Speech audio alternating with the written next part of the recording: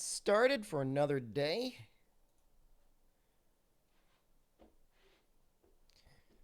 Everyone is doing all right. Had a fun little variety stream last night after a little bit of Monster Hunter. We didn't do too much. What did we do? We beat Zinogre properly. I do want to make his weapons. I do want to make his Thunder Dual Blades. Although, honestly, we're going to be going Baleful Giganox eventually. I'll pull up that list right now, actually.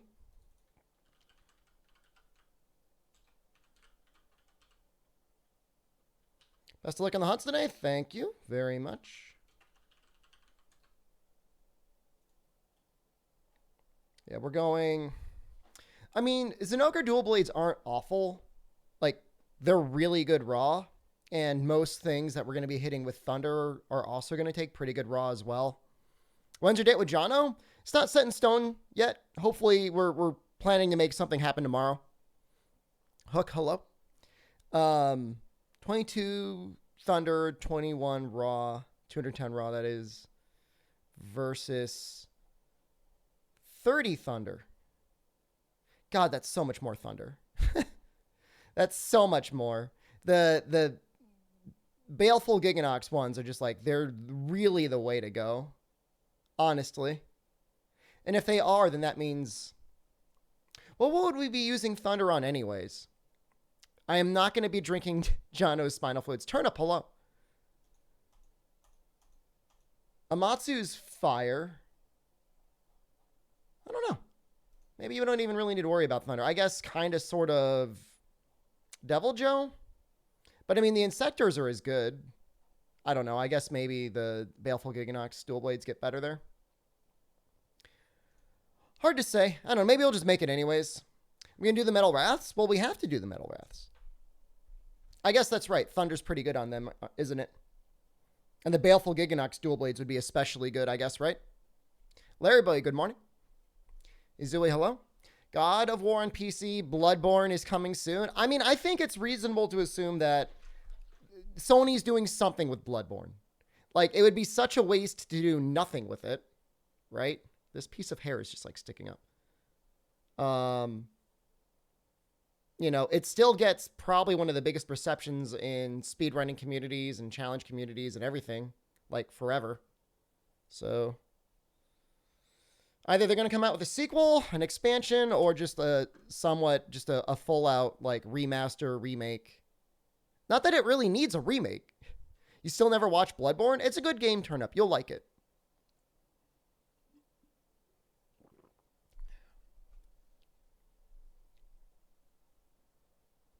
You were avoiding World and Iceborne before PC. Understandable. This piece of hair is just, like, not... Come on! Lubby Dubs, hello. I'm trying to fix my hair, and I don't think it's going to happen. That's as good as we're going to get. That's fine.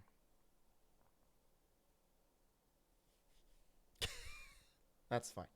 Whatever. I'll be a cartoon character today. I'm okay with that. I'm fine with that. Fine.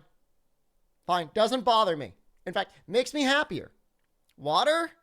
I don't know. Looks like I've been a lighthouse keeper for a week, chased by goo. Fine. Give me 1 minute. I'm going to take 1 minute to try and fix this.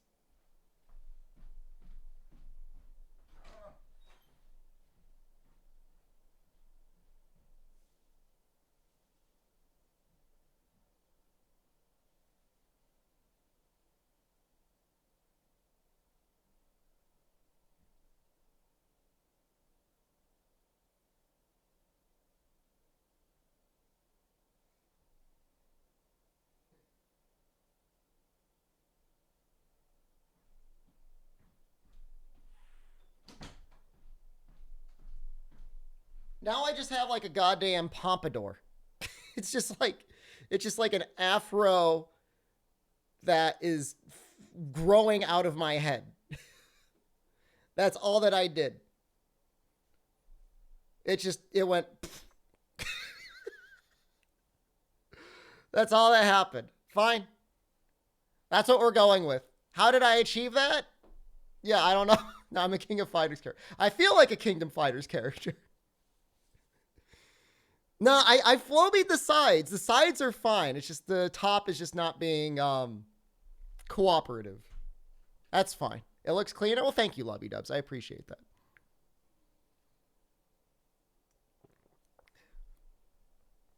So yeah, busy week this week. We've got, hopefully maybe Jono will be on tomorrow. We have a sponsored MMO stream on Friday. We've got a sponsored Thrustmaster stream on Saturday. And sometime between Friday and Saturday, I'm supposed to be on a podcast. We'll see if it ends up happening. They wanted me to go on at like midnight. And I'm like, what are you doing? Who records a podcast at midnight? I don't know. Maybe I read it wrong. Been enjoying the VODs lately, streamer? Thank you, Rendroken. Sponsored MMO stream? Yeah. Oh, God. Cookie Run Kingdom. We do have a bounty for that. When does that expire? Tonight? I don't really want to do it. I really don't want to do it. What podcast? Let's see if I know the name for it. It's called the Pew Pew Podcast.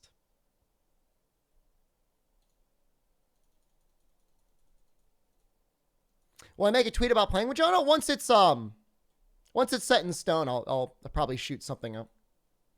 I'm gonna turn on my phone. I'm not promising I'm gonna play Cookie Run Kingdom. I don't even know where'd my thing go? Oh, I think I know where it is. Stinky PU podcast? I don't know. I haven't had the time to really watch it yet. Did I even charge the phone? Yes, it's charged. It should be at 100%. But it almost definitely, like, this thing gets updates like every 2 hours. And it's like, do you want to update your phone? Do you want to update your phone?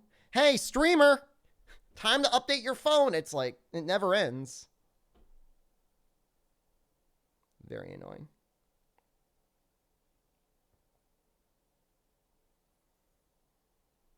I'll make sure if there's any system updates that need to be installed that they're updated. I'm still not convinced that I'm going to play it.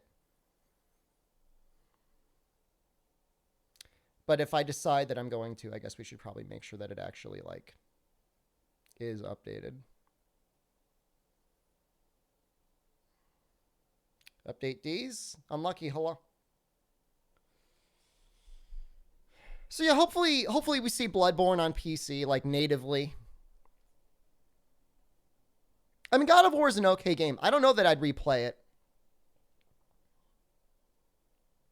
You know, I'm infamously announce my anger over the comparison video of the God of War game to Monster Hunter. What are you going to do? So we're basically almost done with low rank village. What do we need to do? If I can get some Elder Dragon Blood, which I'm assuming I can get from Jan Moran if he gets unlocked, we can make the Insectors Plus.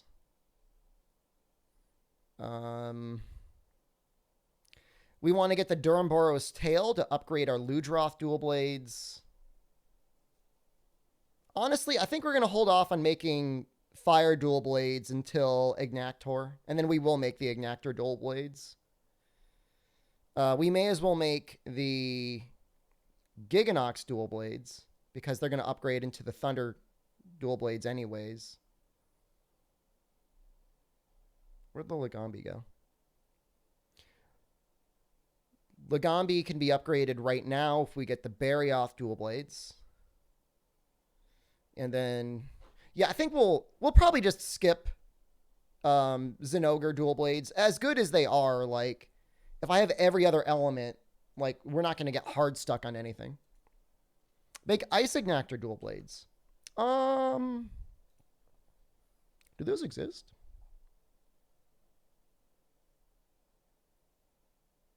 Oh, they do, actually. So they get 200 raw and 26 water. You know, they probably are technically better than the dual Ludroth. Ludroth has 30 water versus 26 water, but it loses out on 20 raw. Although it does have better sharpness. I'd probably just stick with the Ludroth. The Ludroth weapons are fine. I thought they were dual element ice water. I don't think they are in this game. From what I can see in the list, they are just 26 water, 15% affinity. They would be good against something that took good water and good raw damage. I don't know that Ignactor is really the one that you'd be using that on, though, because a lot of times he's hard. And I'm trying to think what the hell else you even use water on.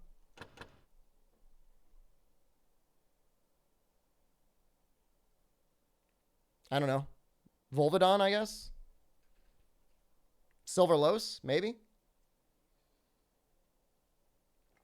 Same deal, though. He's not particularly, like, raw weak.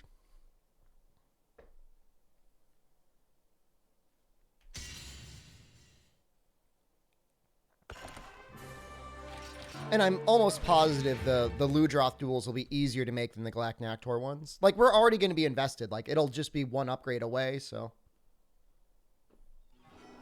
You know, in some cases, like, it'll definitely be good enough. So if we're not going to be making... Say we skip Zinogre, because we didn't even get his horns. Then that means we want Barioth for our ice upgrade. If we want Barioth for our ice upgrade, that means we've got water and dragon. That might work. He actually takes some water. He takes okay dragon. He actually takes really good thunder and fire, obviously, but...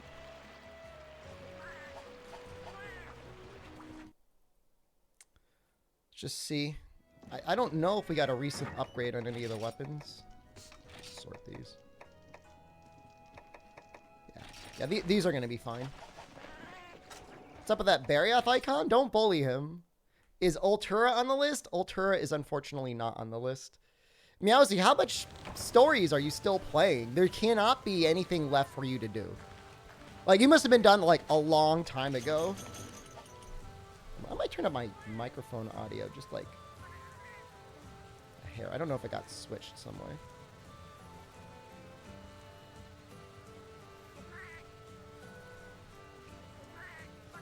Right one. It's at 82. Let's move it up to 85. Nice day at school eating Subway watching me? What Subway did you get? I mean, Subway's okay. You min-max for the next patch and then you wait? I saw the co-op hard Fatalis at one point and I thought that looked neat. So, I mean, it is neat. Santa Bomb, hello. Let's keep feeding you. Hypnotic Pollen. Streamer number 3066 and number 1 chat. You guys are number 1 chat. I can agree with that. I'm relying on these guys to get me monster fluids because I feel like that's like the most annoying thing to get. Oh.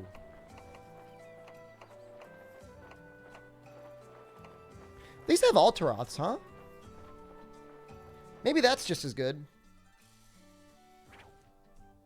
Been watching your speedruns for World. Keep up great content. Keep it up. We haven't been doing as many speedruns, Ridley, Shiny, or Beetle. But God knows there's plenty of VODs for you to go through. We've been doing some challenge runs recently, and they've been a lot of fun. But yeah, thank you. First time in stream? So we're doing a challenge right now that is attempting to go through every monster in the Monster Hunter mainline series. At least once per generation. It's been a lot of fun. You finished Stormblood last night, Fog? Congratulations. You got what? One more expansion to go through?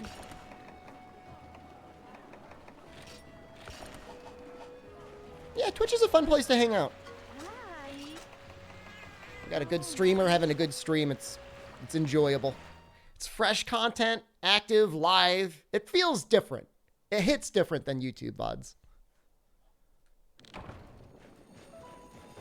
You got spicy Italian? That sounds pretty good. I usually go for like a roast beef. If I'm gonna get a sandwich, I want to get like beef or like meatballs. The only thing that I would get outside of that is sometimes, like, I know it's like probably highly suspect. Like, I'll get the tuna. I know I can make tuna at home, but sometimes they make the tuna like a little extra different at Subway. And it tastes pretty okay.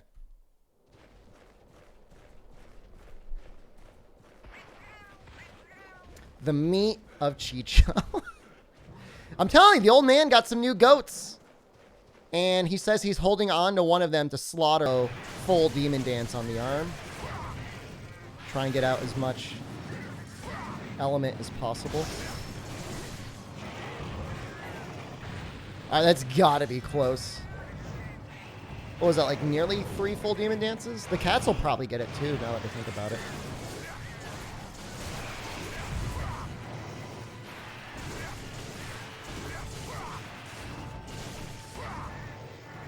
You guys ever wish like the dual blades had just like a little bit more range? Sometimes it just feels so micro. Name the goat Ching Bo? I don't want to be like mimicking eating the flesh of my imprisoned manservant.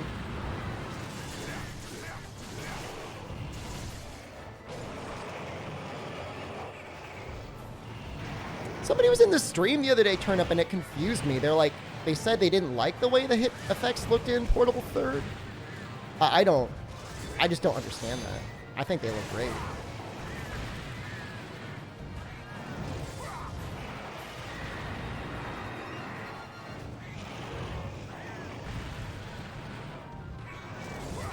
So quick.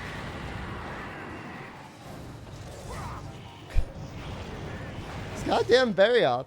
Hold still.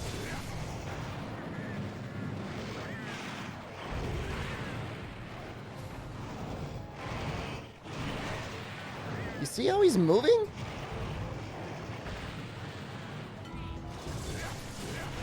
They really want you to, even in low rank, I feel like he got like maybe like a little bit of a buff in Portable Third compared to Try.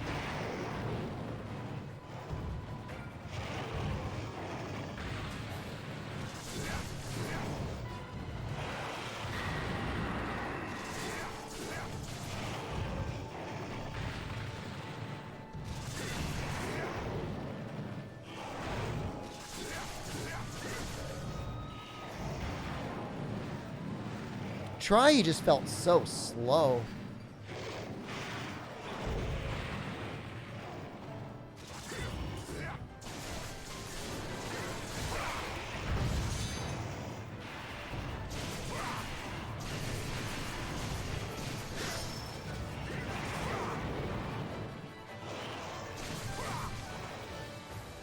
I should probably get a demon dance off here.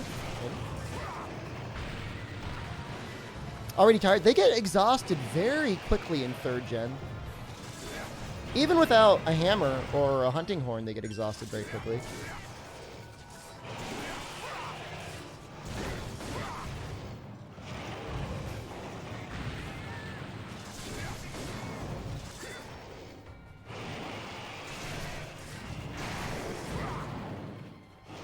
I guess I should sharpen.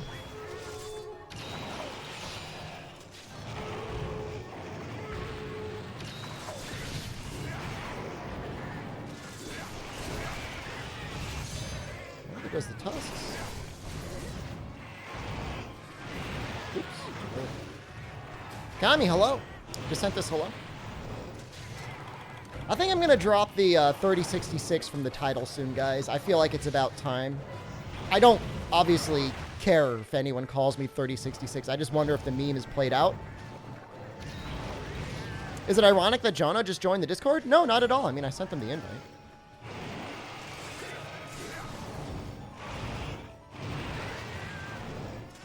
Dead meme? I mean, I think we're still going to use it for, like, forever. I just think I'm going to remove it from the stream title.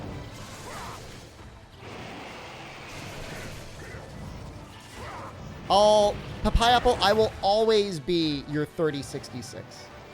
Okay? You never have to worry about that. He's actually, like, kind of doing some moves exhausted. Oh, that was a real roar, huh? Whoa!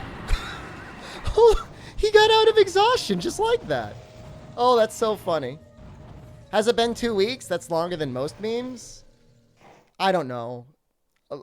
Time isn't real. So...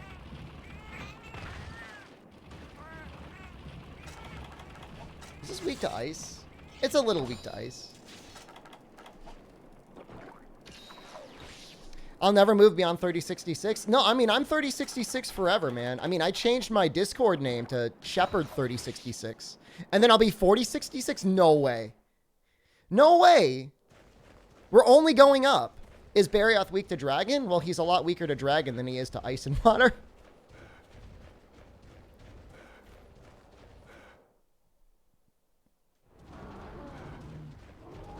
Oh, Papaya Apple, I don't expect to ever be able to leave the dark bathroom. I'm there forever. So, I mean, that's fine.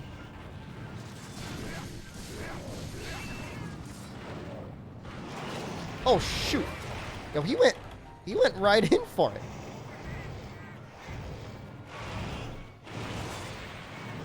$30.65 doesn't take Sundays off. Dude, some very large streamers. Who was it? Clint? Clint took off, only streamed like 400 hours last year. He's like in the top 1,000.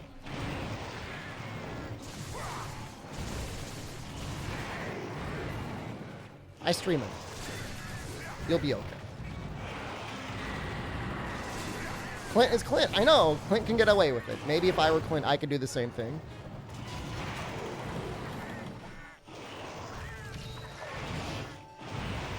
But Clint is great. Clint gets to take off as many days off as he wants then, right? Is that what you're trying to say? I don't know if these dual blades are going to be able to cut this tail.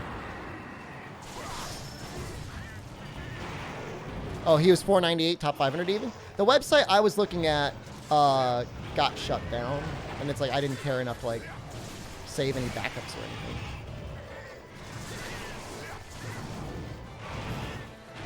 I mean, good on Twitch for actually trying to do something. Never heard of Clint? I think he mostly does like Mario and Legend of Zelda speedruns, or did. I mean, does? I mean, I don't know.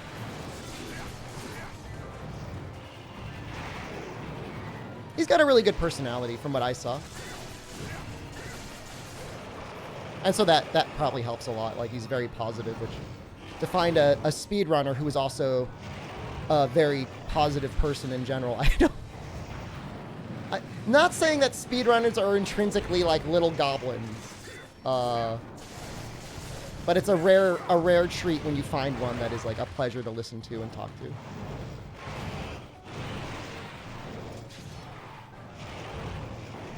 Yeah, I know Turnip. No, I think you'd like him. I think you'd like him. Yeah, I mean, if you're into Mario or you're into Zelda speedrunning. Projecting? Yeah, absolutely. Everything's projection.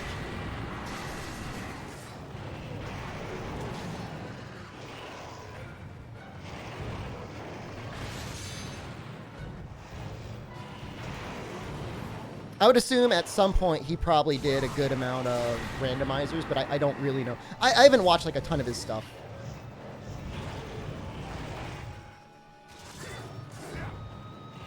He seems like a good guy overall. I saw him and Moon play Fall Guys together once, and that was really funny.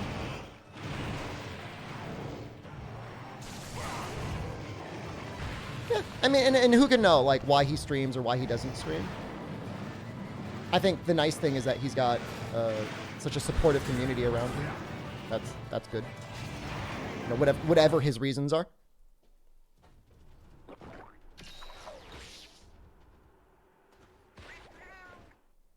What's the secret to being a not goblin positive outlook speedrunner? Realizing that what you're doing is for entertainment. I mean, it's okay to be competitive within yourself and to have a healthy competition with other people. But if all you care about is the time, then things are probably going to get pretty bad for you. From an attitude standpoint. There's also like who you associate with, because they're again like you can get stuck in a group of people that are also very negative. Probably don't want to get stuck in with people like that. I mean, unless that's what you want. I mean, I'm not anyone's boss. You can do whatever the hell you want.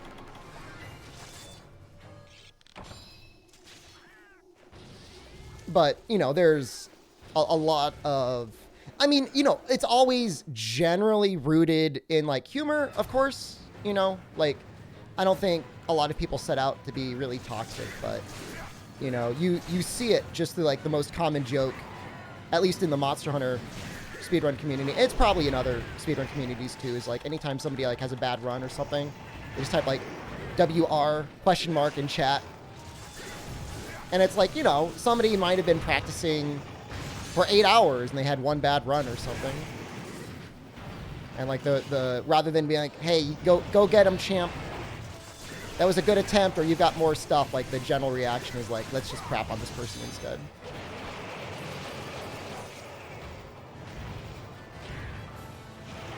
Yeah, I mean, it's, obviously, we're talking about, it's different, right? So like a chat of like, 10 people or a Discord of 10 people is going to be different than one of 100. It's going to be different than one of like 300 or 500 or 1,000, right? And it always comes down to the streamer and the moderators to kind of set the pace for what sort of humor is good and funny, and then like what's just like not, like just like bringing down the mood. Like if you get like accidentally, like absolutely butt blasted or whatever, and it's clear it was a terrible run, like, yeah, like the chat should fill with Keck W's, right? Like that's normal. But if you're just like playing the game normally and you got like hit like maybe like once by a tail, but you still had a pretty good time and somebody's like putting in world record in chat, that's probably not the person you want to keep around. What's my football team? The Patriots? I really don't care about professional American football. I really don't care. The last time I cared even remotely would be like during like a Christmas holiday or something spent with my uncle watching college football.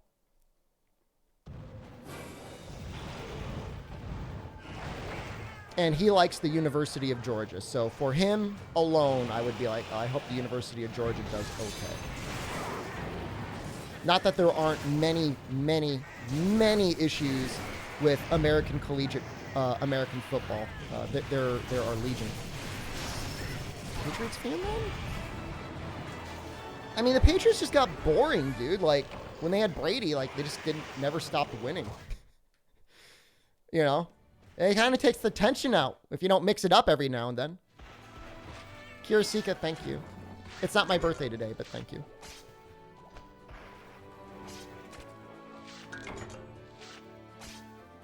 Did I know what was happening? In what? In terms of what? Yeah, I mean, I guess, probably a main thing, and it's an excellent point. I don't like watching advertisements. Like, I don't like watching commercials, usually. So I usually try to avoid those. And if I watch professional sports, I'm going to have a lot of those. And, like, I just find video, like, I don't know. Like, I don't think it's even strange to say it nowadays. Like, I just generally find video games more entertaining. I don't know. It doesn't really embarrass me.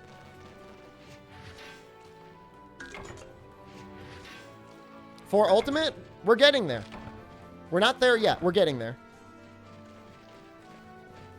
This is Portable Third, Omega Umbreon. So, I've seen... Like, I've gone to some sports games before. Minor League Baseball is actually a lot of fun. I never really liked watching hockey, but Minor League Baseball is okay because it's like such a slow, boring sport. Like, you just focus on, like, eating tasty food and drinking beer. Goose Moister, hello, good evening. All right, so let's upgrade our Ice dual blades. Easy. Well, those are looking pretty good. 4 you'll be after Rise PC. Who knows? I mean, Rise PC is coming out in January. I mean, I'm making some pretty good progress.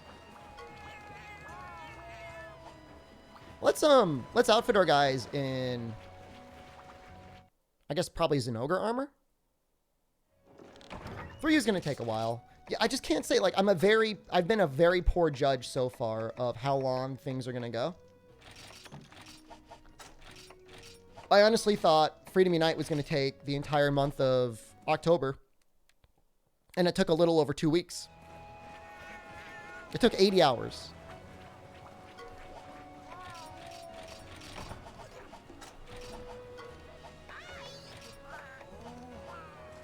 Little over 80 hours.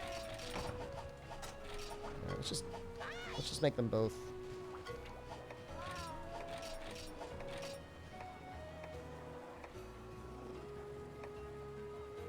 Zinogre helm's actually kind of cute. 3U is more content and monsters than Freedom Unite. Doesn't have White Fatalis or Crimson Fatalis.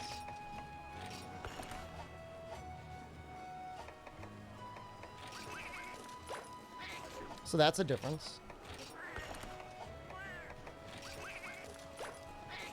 The HR grind I'm not really worried about because, like, I've already said, like,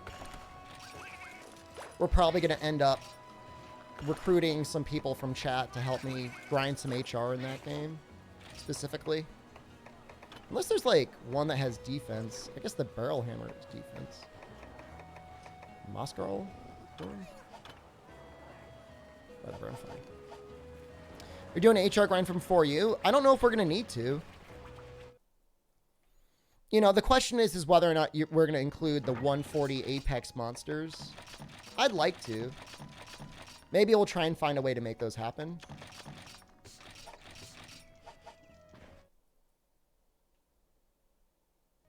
Is Rise 6th generation? I think Rise would be considered 5th generation still, but I'm still going to treat it as its own game.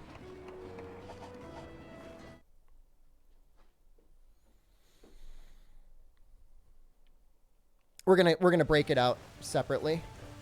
I mean, it's not like that's gonna be hard, right? I mean, that's gonna be like 30 hours to beat everything in PC Rise, so... You know, the hardest part is gonna be grinding up to HR 100. And if we're lucky, the timing could work out where we could just skip ahead to Rise and do that as just our main playthrough, I guess? Kind of, sort of? I don't know. I don't know. I'm really curious to see how the reception for a Rise PC, like, I don't want to say like casual playthrough, but let's just say casual playthrough is going to be. How do you have that Monster Hunter for Ultimate setup? Do you have the bottom screen on a separate monitor? Nope. I just have it as a small window on the right. It's like, it's one of the default layouts that you can choose.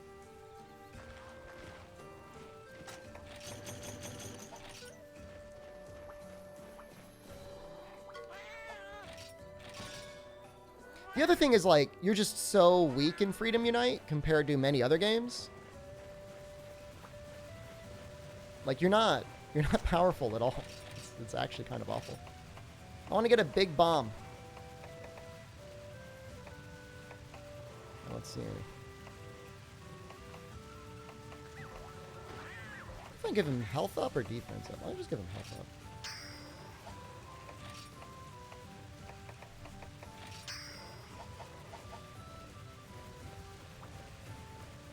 We'll keep upgrading them more later.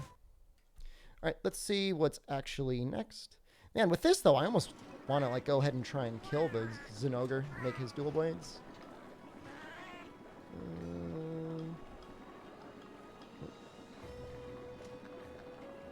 Nargacuga, Barioth, Uragon, Rathalos, Durambros, Diablos, Tigrex, Ignactor. So really, we're going to be clearing this just so we can fight Ignactor. And then we could fight Gen Moran if we wanted.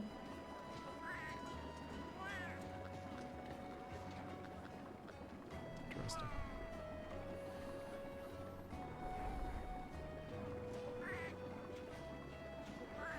feel like Nargacuga only takes thunder and fire, right? Actually, he takes okay ice.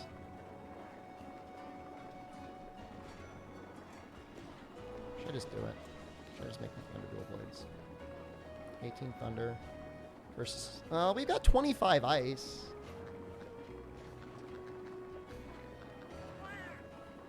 I think these are fine. Can't use any of them, but do you like the cute emotes? Who made them? I hired an artist off of Fiverr a million years ago. She was from Vietnam. I wish I could give you more information. She's probably still in my Fiverr messages. If you really care, you can message me and I'll send you a link to her. Let's go ahead and let's go do this. We're not going to be making any Nargacuga gear, so just killing it is going to be fine. Yeah, I wouldn't say my emotes are all unified in any particular way. I guess there's a little bit of something for everyone. That's fine. I mean, hold on. Give me 1 second. Let me see if I can find it. I'm assuming she still makes emotes. She might. She may not even do them anymore.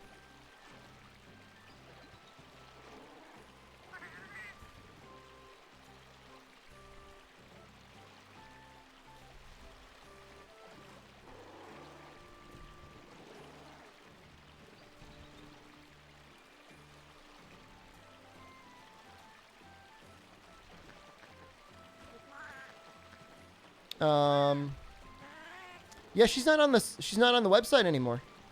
I don't think. Her name was Tao Chibi.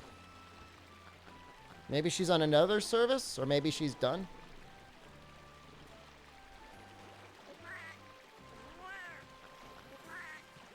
No, she's still making stuff. She's just not on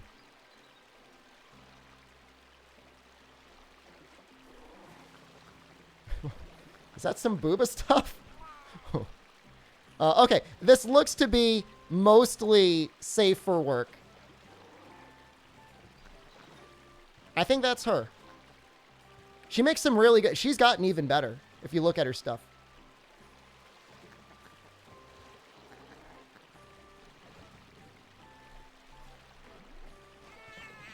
She's a Twitch partner now, too, which is kind of... I mean, good for her. But she's not on Fiverr anymore. But yeah, she has some very cute looking anime stuff. Commission her to do animated emotes? Honestly, looks worth it. I mean, looks like she did a good job to keep those things in the same sort of style that I had it before.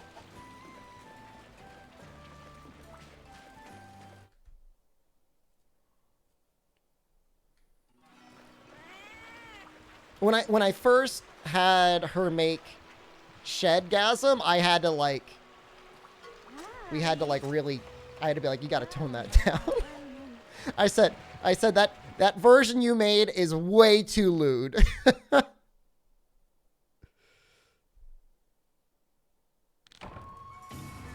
Yeah, she went hardcore, man. She went all in.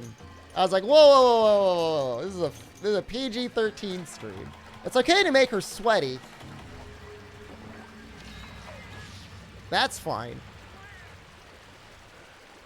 Yeah, let's not have her consuming anything. Yeah, so some of those, I mean, obviously you can tell which ones are like professionally made Rendraken, and then there's a bunch that are emotes that I put in there. I personally do love Shed Ready. I love that emote. I actually love that emote so much. I don't see it enough, chat. Come on. Let's see some Shed Readies in chat. It's so good, right? I think it's good. Where the hell is this thing?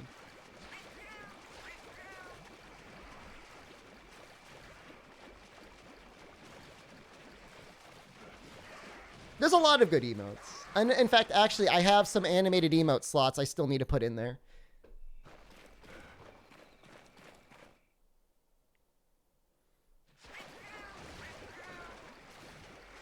Wet dogs are great? No. You use Shed Ready everywhere but here? That's fine.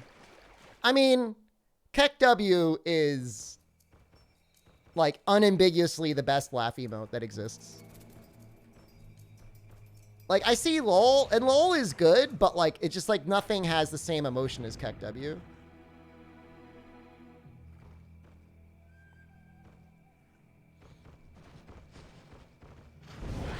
Shed Omega is great. You would consider subbing for it? Can we get a Keck W of me? I can't. Nobody can channel the power of... You know what his nickname was? Mr. Giggles. That was his name. That was his nickname.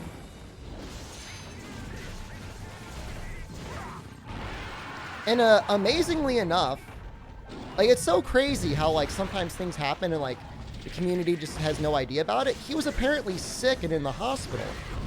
And, like, I guarantee you, within a heartbeat, the collective of Twitch chat would have raised, like, $100,000 for this man. But I guess just some random bodybuilding forum from, like, France decided to raise, like, $5,000 to get him, like, a powered wheelchair.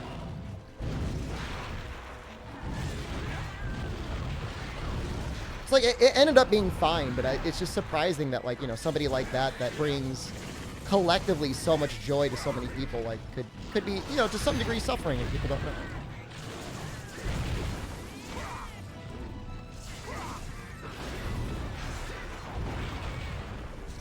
Oh, Shed List is important for many other reasons.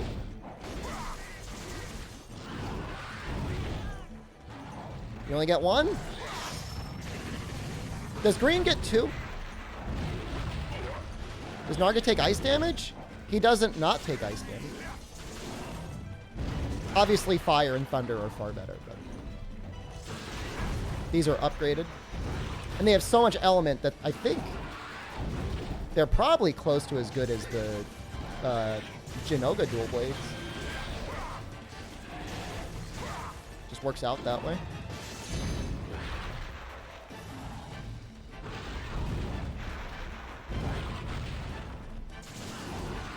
Hit.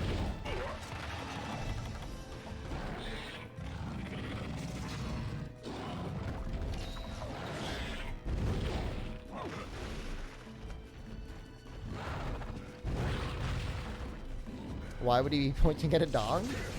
Why wouldn't I be pointing? Oh no! Whoa!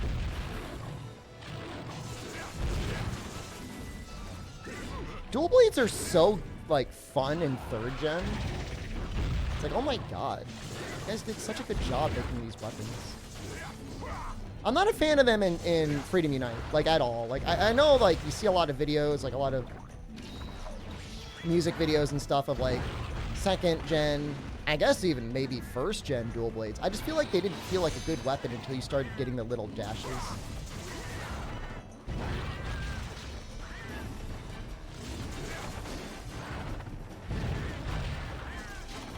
Music videos? You've never seen Monster Hunter animated music videos? Freedom Unite duels is Mega Dash Juice and Demon Dash spam? It can be. It doesn't have to be. But yes, I mean, obviously, if you can Demon Dance and you've got the right element, that's what you want to do. Don't all weapons have some growing pains between gens? I don't know. I mean, I feel like Greatsword feels fine. Lance feels fine. There's never really a game where Greatsword or Lance necessarily feel bad.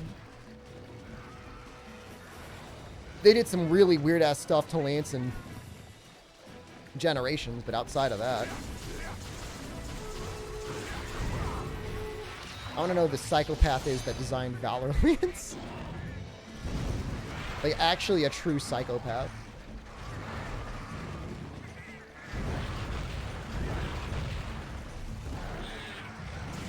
Rise Lance feels bad? Rise Lance may not deal as much damage as you want it to, but I would argue it does not feel bad. Rise Lance feels fine.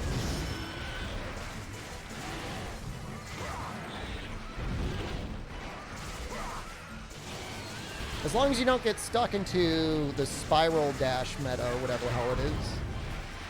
It's okay.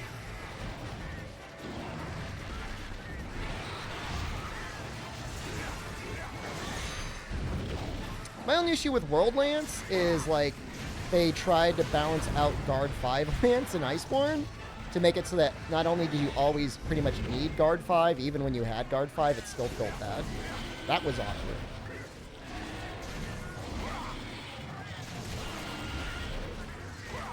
Stop moving.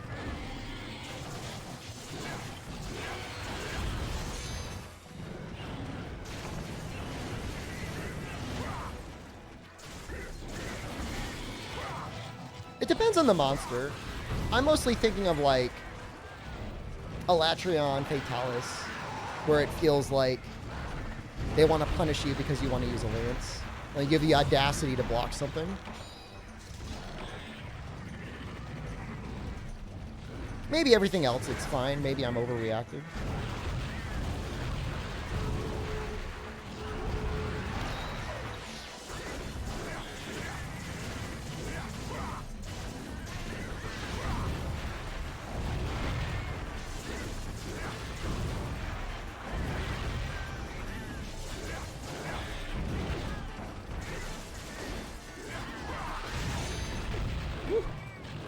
Look how far that tail goes.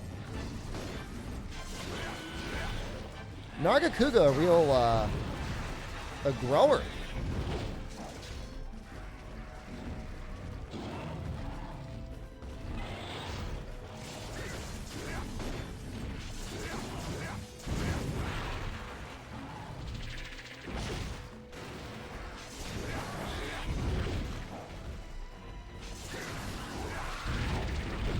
Whew, that was close.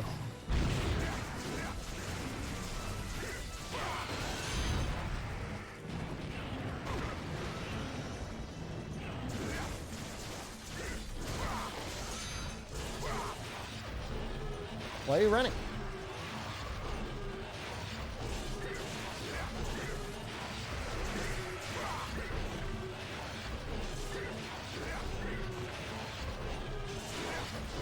Lance is good versus 18 Amiel? Doesn't it constantly get blasted backwards, though? What are you talking about? It felt horrible. I mean, yeah, it's nice to be able to block, but you constantly get pounded by it. No? Am I wrong? Am I high? I'm pretty sure that was, like, the only thing. The only major change they made to 18 Amiel, outside of it hitting harder, is it punished people that wanted to run Lance. Or block, or have the audacity to block. You can reverse guard? Okay, well that's not a simple technique.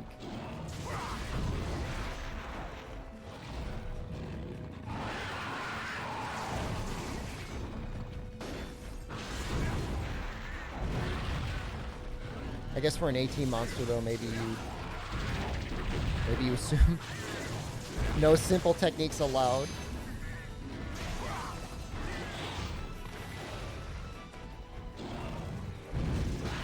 I don't even know why I'm really going to cut this tail.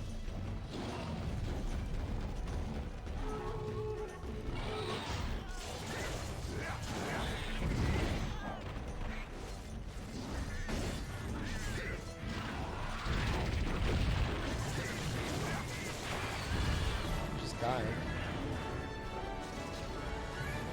God, I remember 18 Amiel coming out and feeling like it was such a disappointing hunt. It was the first time Iceborne died. You know what I mean? Like, when it came out on console, it was just like, collectively, everyone was like, oh, okay. Well, I guess we're not going to be playing this game for a couple months. Felt like that was the moment. A cut for me? I think you might get a break reward. I don't know that Namiel is bad. I mean, it makes you approach the game a little differently, which is kind of nice. God knows there's a lot of things you need to have going on, though, for the fight to feel normal. In Rise, does Lance get any equivalent to health augment? If not, do any monsters still do chip damage with max guard? I mean, you could heal, like, instantly with the Mega Potion anyways. There's no health augment in the game. but it's normally not an issue. I think if you got guard 5, which you don't even need, you're probably fine. You have also like a perfect guard with your wire bug, which takes 0 chip damage versus anything. It's the wire bug guard.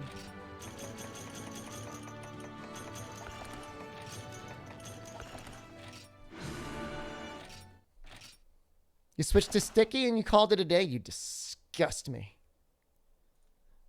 How was the Invictus? What is that game you're playing? Nargacuga, Berry, Uragon, Rathalos.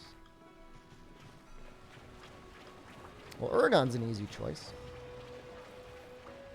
Heal the items requires sheathing, and Lance is one of the slowest sheath animations. It's not a problem.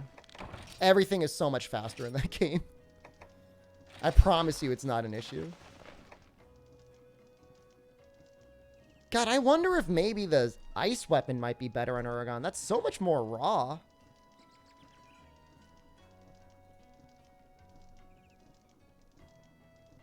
I mean, if I'm going to be going for his back legs, he's got to take some water damage. I think he takes good dragon damage, too.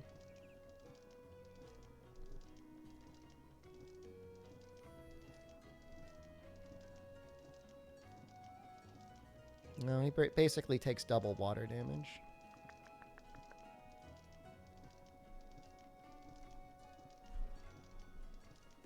Well, but that's pretty close to double ice damage.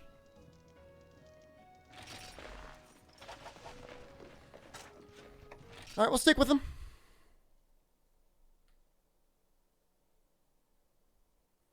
They ruined evade lancing mobility by making you have to combo in the long back hop. I mean, evade lance has been oppressed for a long time. I mean, that's not... Make no mistake about it. I really don't. I mean, I understand River Pig why people want cross save, but at the same time, like, Rise in its current state is really such a short game, and for the majority of people that only main one weapon, like, you could be through all the content you want in 100 hours, so I don't really know what the point of cross save is. Like, what are you going to do? Bring over a 100% save and then do what? What are you going to fight? Say all your quests are cleared and you have all the weapons and items, like, maxed out. What are you doing? Like, what's the content you're playing? I'm genuinely curious. Like, what's the plan here? It's the charms? If you really have a charm on console that you want, I'm positive there'll be a tool day one that you can use that will just hack in the charm for you. Not that it's even necessary.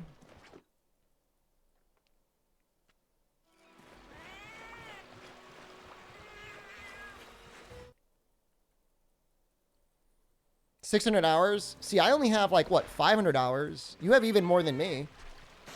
But yeah, it's something to do until G rank. Like, it's another chance to play through the game again, you know? The progression's the best part. We always say it. You know, the game, the end, the destination is not the idea.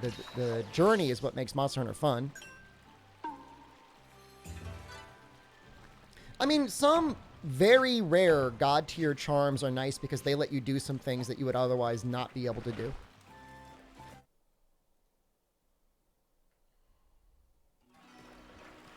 And that's neat. Like, I got a really good, like, special sheath fire attack charm that was fun for, like, a fire longsword. That was neat. Once you cheat in one charm, you'll find yourself doing it for all of them. I'm sure it's like a slippery slope juice, right? Like, well, I got one in, but why not another one? I mean, the thing is like, for charms in Rise, just the way the skill system is set up, you just need one that's good enough. You know, weakness exploit 2, level 3 in a level 2 slot or a level 1 slot. That gets you nearly everything you could possibly have. You're just going to meld in a 3-2-1 charm?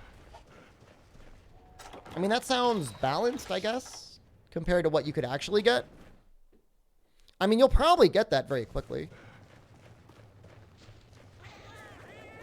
Weakness exploit 2, crit boost 2, 3-2-1. I don't think anybody ever actually determined whether or not that charm would drop. They're like, in theory, it could be generated.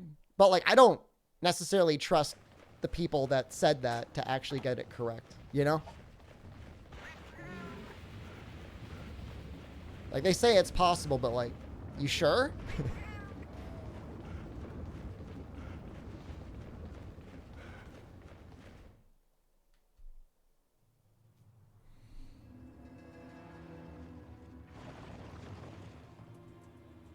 G rank will give us crit I7, weak next exploit 3, 3, 2, 1, yeah.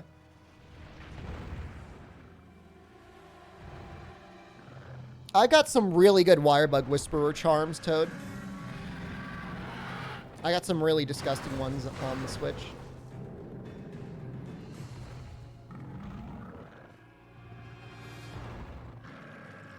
If the game doesn't crash, it could drop, but the generation will never see it, though. Yeah.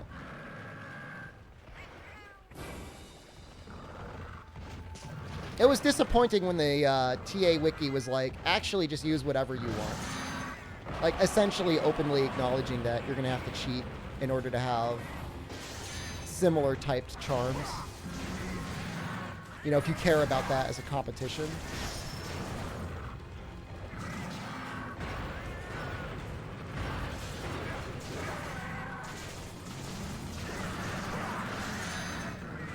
No. Everyone's asleep. Charmless runs would have been interesting. I mean, I would have been fine with like a 3-2-1 charm. Or just like a very common charm. Do we know if Sunbreak will have multiple new maps? Assume that it'll have one new large map and then probably a couple more smaller maps. Like arenas. That's normally what you get out of an expansion.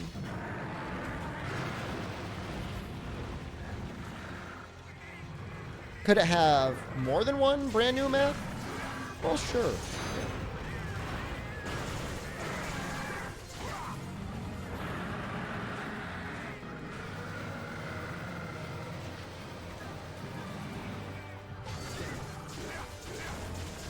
So like one more Gen 3 map along with the spooky area. Yeah, I could see there being Deserted Island along with spooky area. Oops. Thought I got out of the way of that. Oh, he's still looking at me. That's embarrassing.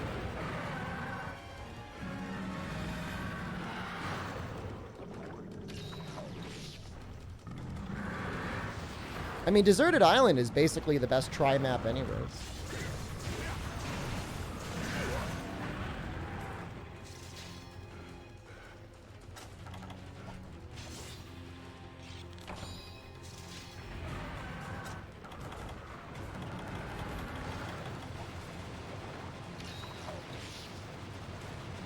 How's it going over the Witcher? Hello, how's it going? It's going okay. We're, basically playing just to get to Ignactor to make his dual blades. I guess we also need to fight Giganox a little bit because we need to make his dual blades too. That's not entirely true. I think we also want to fight Duramboros.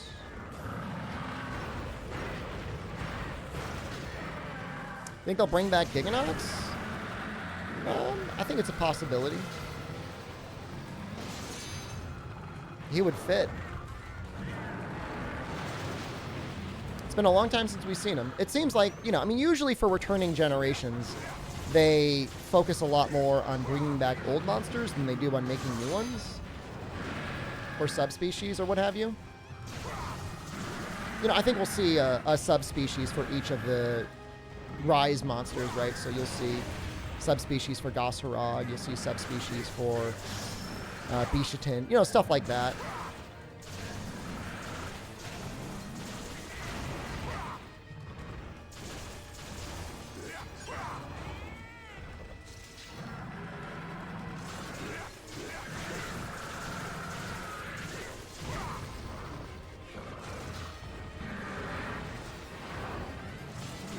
Yeah, I mean, it would be kind of a stray from the norm not to give Goss a subspecies in the expansion. No Giganox, only Red Kezu.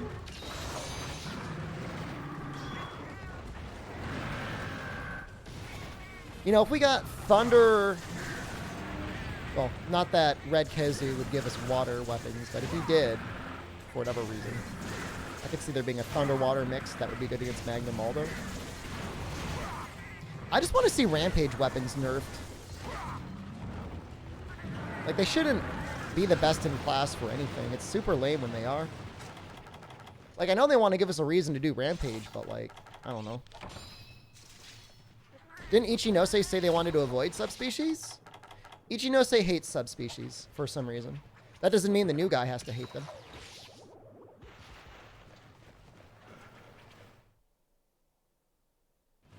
Yeah, having 5 of the same bow is lame.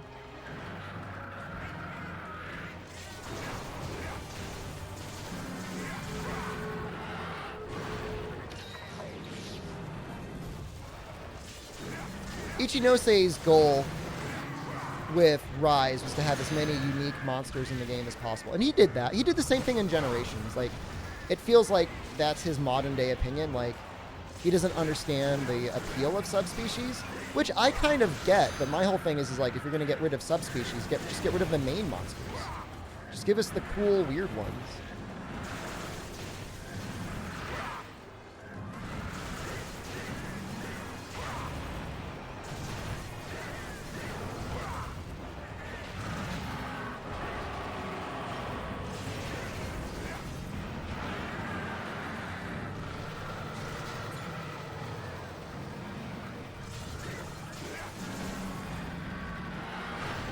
Any hopes for Dornboros? Dornboros is a good fight. I could see in the Rise engine being a really, really good fight. I mean, I like all of the 3rd gen monsters. It's honestly some of the best cast of monsters. The only thing that comes close really is For You. I mean, I love World, but I don't really necessarily love World because of the monsters. That's more just because I like the way the game feels. I guess I love Giganox though.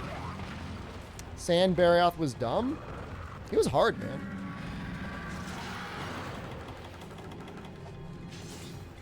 Gulbull is coming back.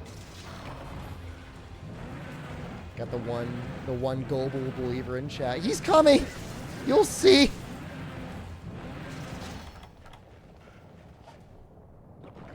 It was just a Barioth reskin? That's the whole point of subspecies. Yes, I mean, there's many reskins of monsters in the game. Nothing unique about it? That is not true. Why are you bullying Sand Barioth so much? The way he moves is so different. He makes tornadoes and he spins into them to attack you?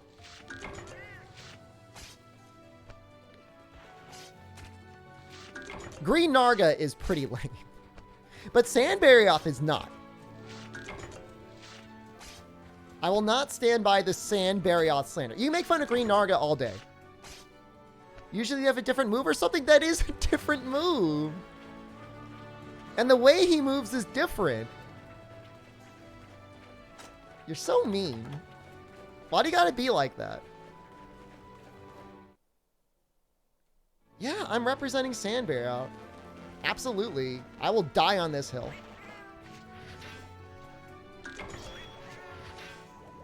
Green Narga does act a little bit differently, but I would not be... It's not as clear what Green Narga does different than normal Narga. Sand Barioth at least makes a tornado and spins around in it. Copper Blaganga also is very different. He's on his own in the desert. He uses tons of rocks. He doesn't attack with his own body that often.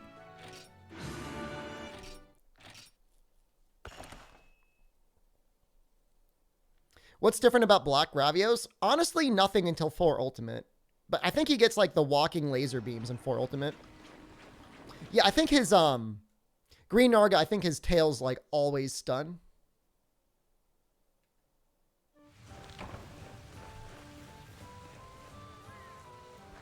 I mean, Gen 2 and earlier, they really didn't have, like, as concrete a plan about subspecies. They only really started to matter, honestly, in this game. You know, once you get, like, Purple Ludroth going on, you're like, wow, okay. That's kind of a big deal.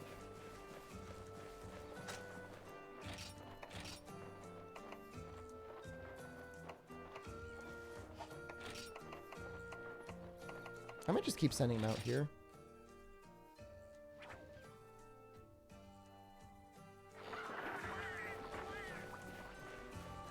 Will they ever port for you to Switch? And that's what everybody wants.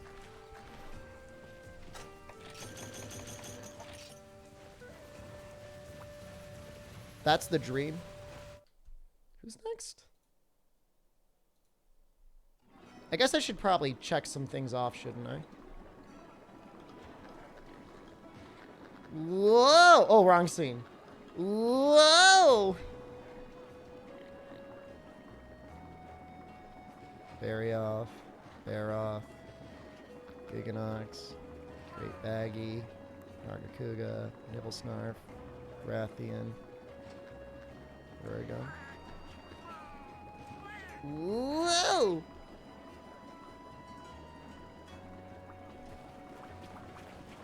Trying to play For You in Citra, and you got to clean your laptop because it's chugging in areas? That could be the emulator. You like how a copy of me flies away too? Me too. That's my favorite part. Rathalos. Water, Ice, Thunder, Dragon. I wonder if the, again, we might just stick with Ice because the Dragon dual blades I have aren't really upgraded.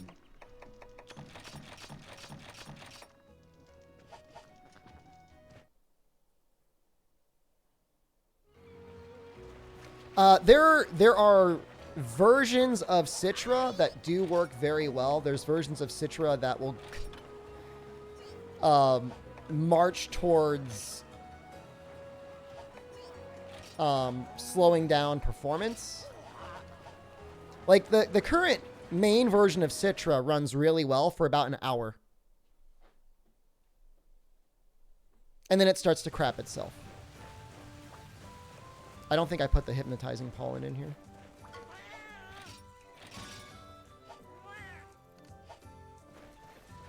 Yeah, we're just gonna use these ice ones on Rathalos. They're fine.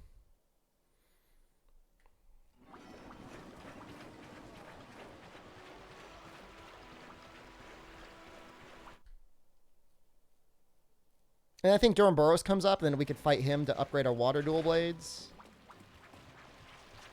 Is running 3U better on Citra or Seamew? It has virtually zero issues on Seamew. The only issue is multiplayer is basically impossible for now. Citra, if you're running it, you could at least have the possibility of like having multiplayer lobbies. So keep that in mind. So It Hurts, hello. See, are there any more hot spring quests? There's this one. I'll wait till I get the water upgraded. Or maybe ice up. Ice is maybe fine on that one. It's like looking at me. We'll just do this. What the hell, why not? We're here. Hi.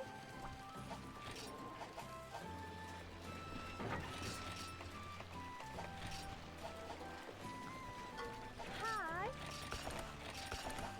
You know, PSP runs everything basically perfectly. Citra struggles. Seamew and Dolphin are both nearly perfect. The only issue on Dolphin is in like the watery tunnel areas. You can find yourself having some major slowdown in try.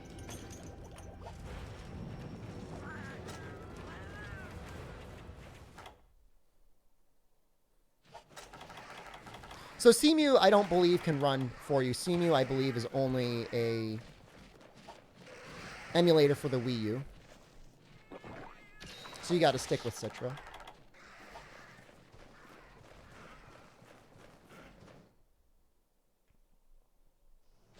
I don't know what else to say about it. It is what it is. It's unfortunate. I mean, you know, presumably there's like PC builds of these games that exist that could be made to work. It's just a matter of finding somebody at Capcom who would pitch the idea and then justify it and then having a team put on it and then having it actually release.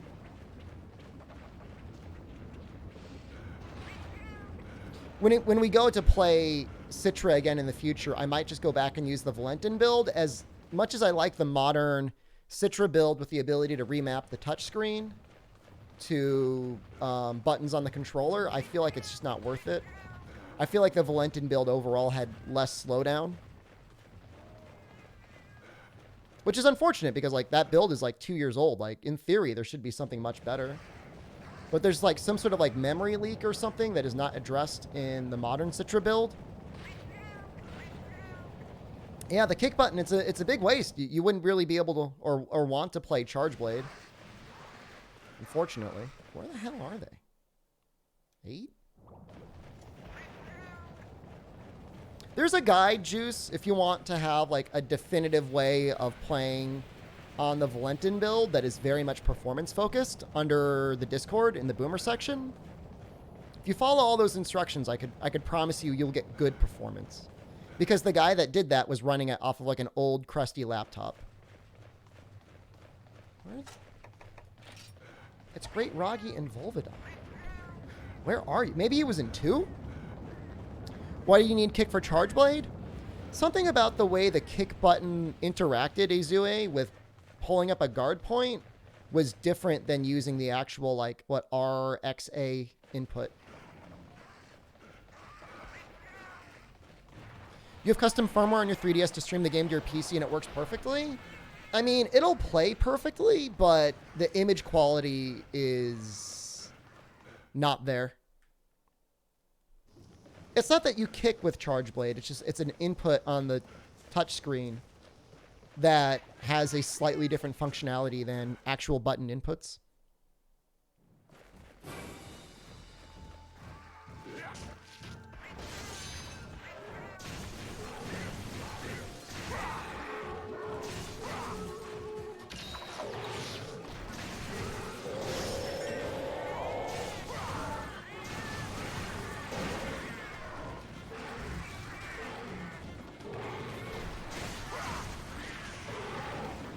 I like how that little froggy just like had his breath slowly wafted into my face.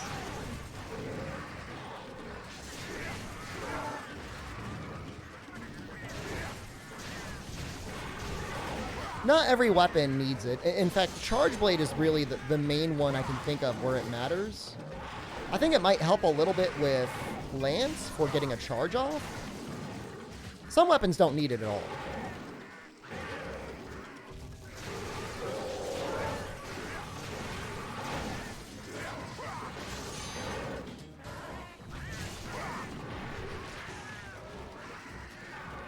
Oh, wow, that was fast. Okay, cool.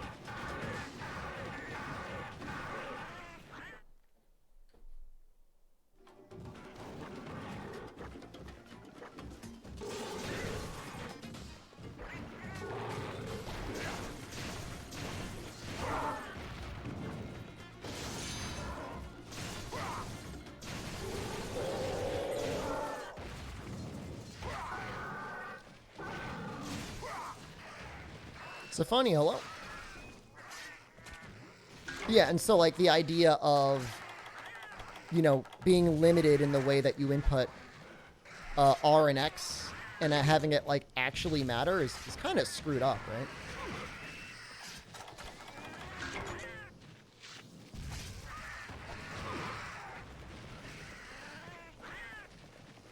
But I'm pretty sure that's just like how it works.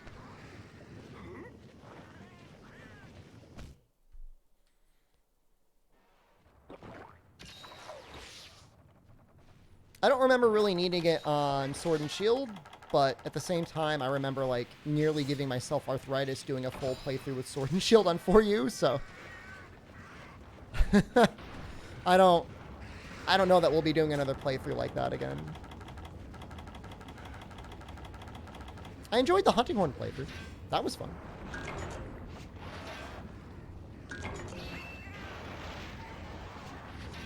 I don't know what we'll do next time. It's been a long time since I've done a greatsword playthrough.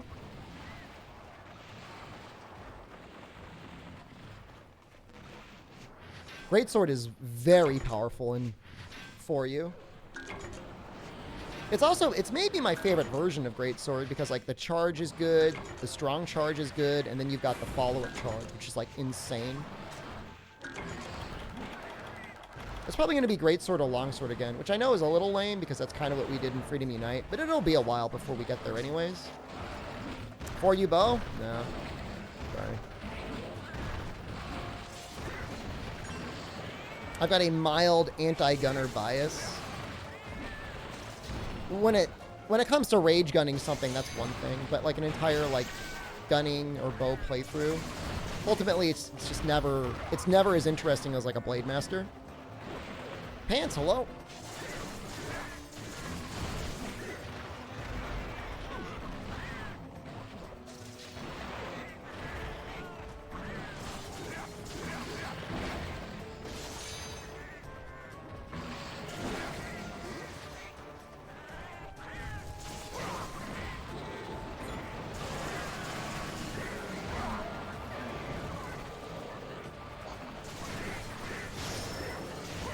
This, what is it, the Rick Rack in the middle of his body? That's the best place to hit, right?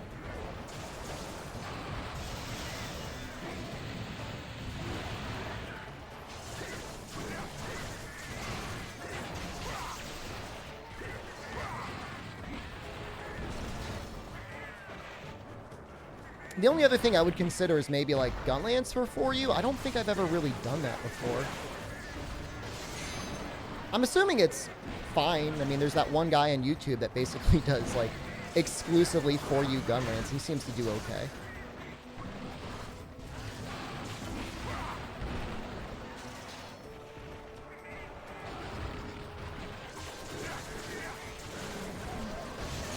I mean, I'm not necessarily always looking for the most powerful weapon anyways, just something that gets the job done.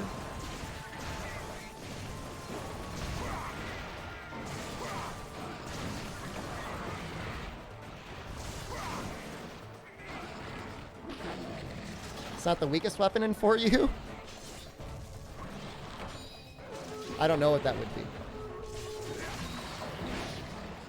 I don't even, like, immediately think of anything that's weak in for you, honestly. I mean, I think of Insect Glaive as the most powerful, not because it's necessarily the most powerful, but because it's got freaking, like, never-ending mounts.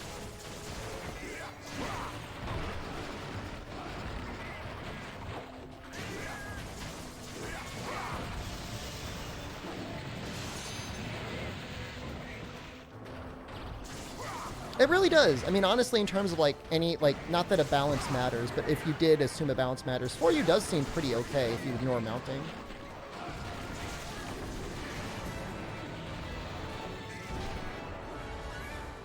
I don't know, I did a Hunting Horn playthrough up through, I mean, obviously it stopped at High Rank Village, but I never felt necessarily weak at all. I mean, obviously I was playing with cats, and being able to buff to, like, fighter cats felt like it actually mattered a little bit.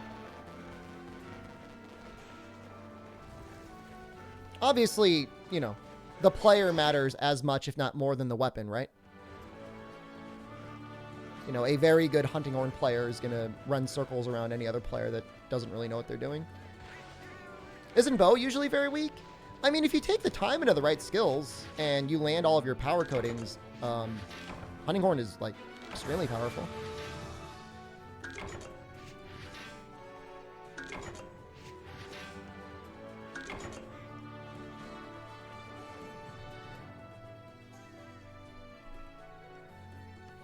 It just takes a lot of practice. And then, like, and a lot of times, like, really, I mean, obviously, if you want to get really competitive with the bow, like, you're using adrenaline and stuff because you should be able to afford to.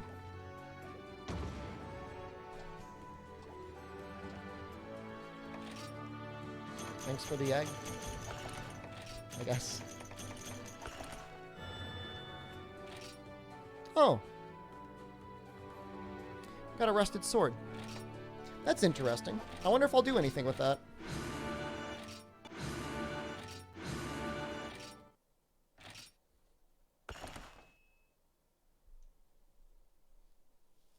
Besides the benefit seeing how much damage you're doing, do you think damage numbers are for a substitute for hit effects or step forward or step back for the series?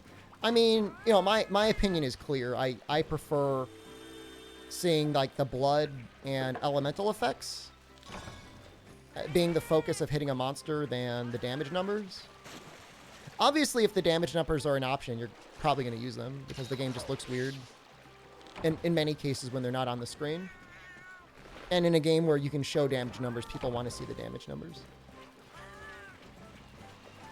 But I generally have more fun if I don't see the numbers and I just see the monster reacting. I mean, it's you know, it's a little bit like immersion, right? You know, I mean, part of the appeal of the game is you don't see the monster's life bar. Solak, hello. Thanks for reminding me. I got a drink.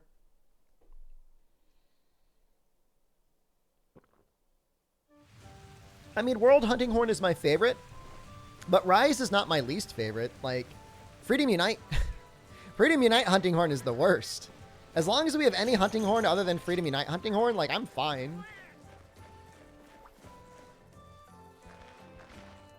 When you get to Rise in this challenge, could you play without damage numbers to mess with us all? Maybe I will.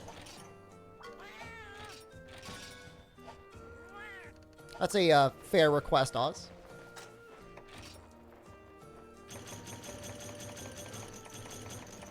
I saw somebody, and I don't know whether it was ironic or unironic, in Twitter yesterday, Unlucky, asked the new director if longswords could be given iframes on Fade Slash. Like, why not give Fade Slash iframes? And you know what? I agree with that. Why not? Why not give it iframes? Just go all in. We have added iframes to your base combo now. Please enjoy. Oh, there's large barrel bomb. Oh, that's what we need. That is 100% what we need. Okay. Let us... Yeah, maybe we'll do 4U Greatsword. I know we did a little bit of Greatsword in the Freedom Unite playthrough, but I think it's going to be a lot of fun. Oh, I kind of need points, huh? I kind of need a lot of points. Whatever.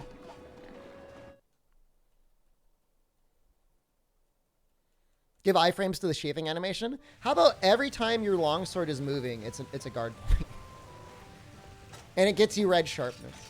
And it triggers an automatic helm breaker. Oh, they're both doing that anyways.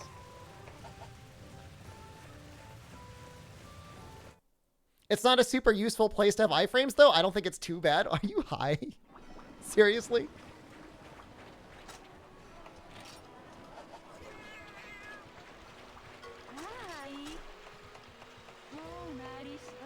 That's Rathalos next, right? I think we're sticking with, with Ice.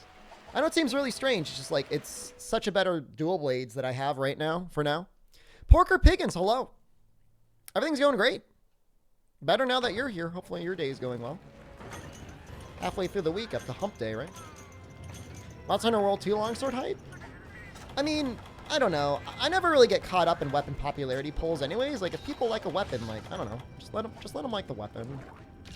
Is longsword busted and broken? Yeah. But, like, whatever. Like, that doesn't affect my enjoyment of the game. Andre, hello. You know, like, I'm not gonna let anyone's love for a weapon, like, ruin mine. Not everything needs to be balanced. Like, you know, and again, like, we're just talking about, like, whatever balance of Hunting Horn versus every other weapon in 4U. Even if, like, you know, objectively Hunting Horn were the weakest weapon in the game, you know, if you can solo everything in the game with it, then is it really that bad? Why did they nerf Rage Slash, Shep? I have no idea. I wish I knew. Apparently, it was like an unintended bug. They didn't want the damage to carry over. I mean, it seemed pretty well, like, intentioned to me. If there is a mod to revert it back, Sorara, on PC, I will 100% use old Rage Slash. And I don't think anyone would blame me, right? Like, I don't need old Hunting Horn. Like, I don't need demo Hunting Horn. But, like, Rage Slash feels so much better to play with than True Charge Slash most of the time. Bow has unintended bugs? I promise you, if they nerfed Rage Slash, then what's going on with Bo is not unintended. That is 100% intended. They've had nothing but opportunities to fix it.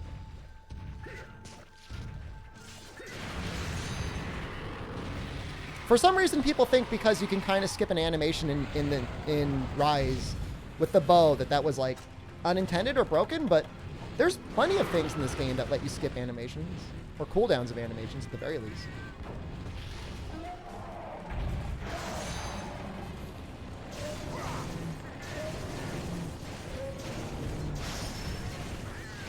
I don't know. Maybe it's just because the person that said it pretty much only plays bowgun, doesn't play melee weapons. So.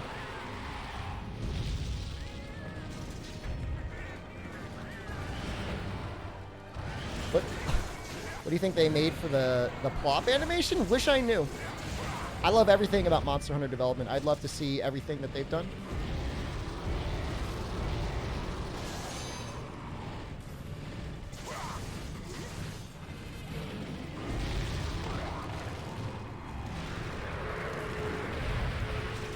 My feeling is they need to balance bow for the players that are using it like raw only with no stamina skills. So like, are you going to balance the weapon around people that are going to be playing the game raw only bow with no stamina skills? Or are you going to balance the bow around people that have maxed out bows and know how to play it?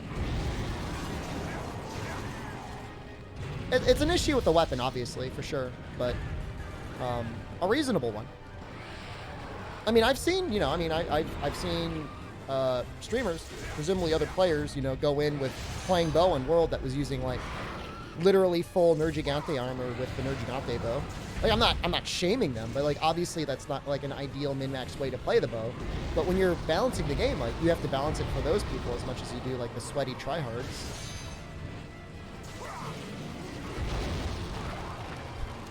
You really don't like it when I try to hit your tail, do you? Fine, I won't do that anymore.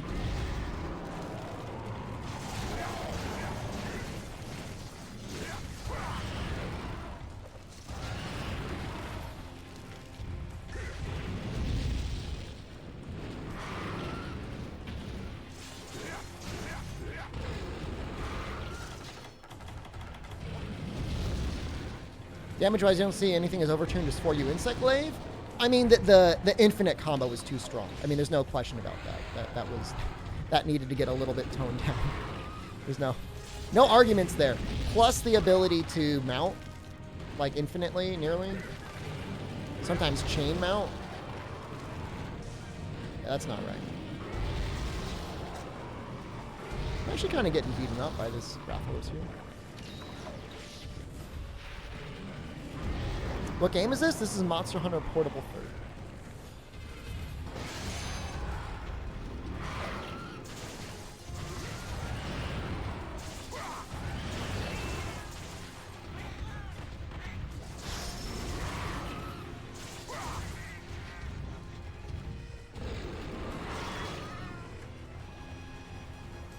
Insect Glaive in 4U?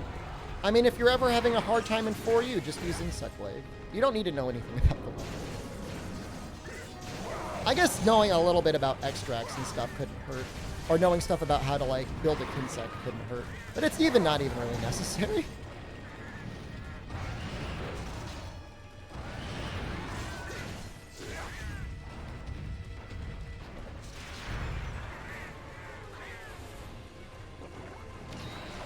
Yeah, if there's one thing I would change in a 4U remaster, would just be like trying to rebalance mounting just a little bit. Like it's fine for it to be powerful, but it shouldn't feel like your best option at any one time is try to abuse mounts. Certain monsters it's fine. Like I get its use on like Black Gravios and normal Gravios and whatever.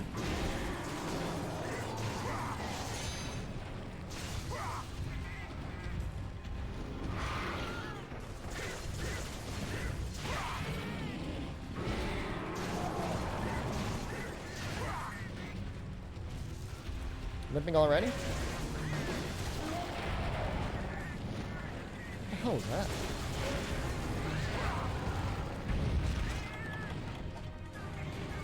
Cat mounts? I just think Yeah, I don't know what it was. Like, obviously, mounts probably work like a status effect in all of the games, including 4U. Just have, like, a stronger cap. You know, make it so hard to get the final mount that you just wouldn't bother after the first 2 or 3. Just start using Insect in all your 4U quests then. Playing solo isn't easy when you're as bad as you are. I'm sure you're fine.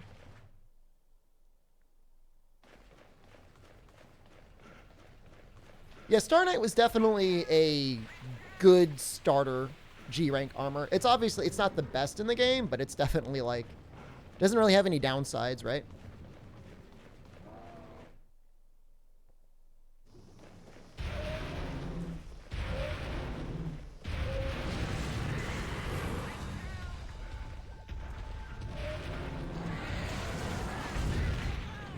Why would you run?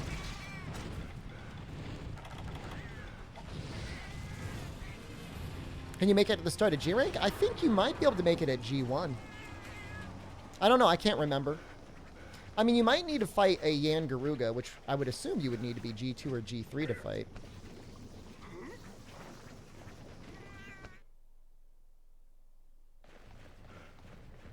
It's insane what they're able to accomplish graphically in this game, Bilbo. Like, it's actually unreal what they were able to do. I thought it was Yan Garuga, but I could be wrong, Fog.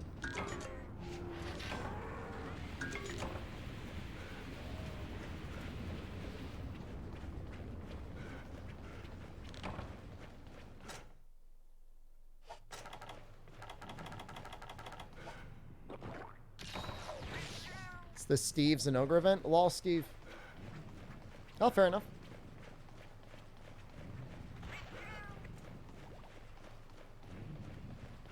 His wings up? We might hit his wings. What the hell? Wait, no, that one's broken. That one's broken too. Alright, I guess we'll go for the tail.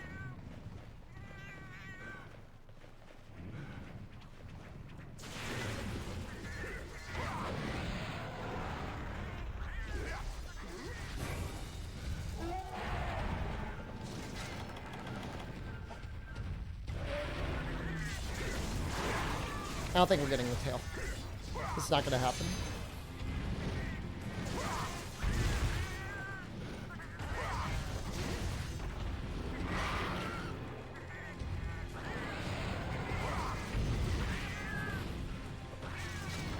I guess we get one chance to do it.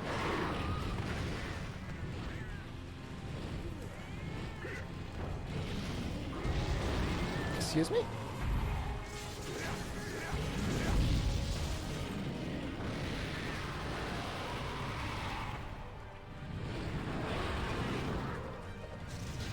I mean, any game that's able to give you Edge Master plus Razor Sharp is going to be a pretty good game.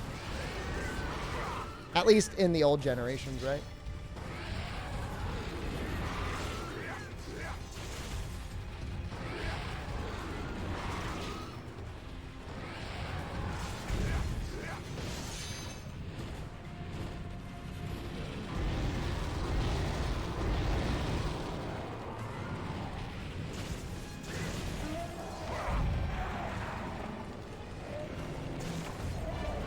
Well, it wasn't for lack of trying.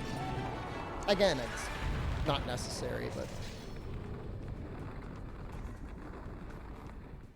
it would have been nice.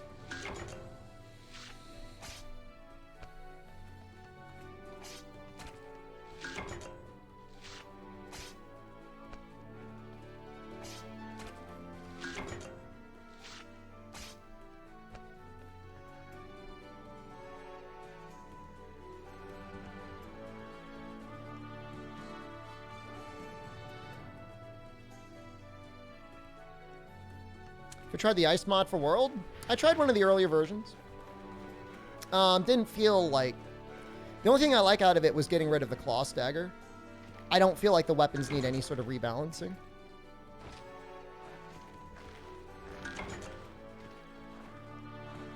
So, there's a anti-claw stagger mod that Vicisium made. And we just used... I use that when I play World. I don't mind tenderizing. Now that it lasts 3 minutes and the shaver deco exists, like, it doesn't make any sense to me. The Gunlance rework looks cool. Yeah, I mean, it's, you know, I'm not a huge fan of the Gunlance butt plug in Iceborne. Gator, hello. You do Omega Elemental combo, great sword and ice. Yeah, I mean, neat. I think Durham Boros takes some ice damage, doesn't he? This feels so funny having, like, one set of dual blades. Why won't you?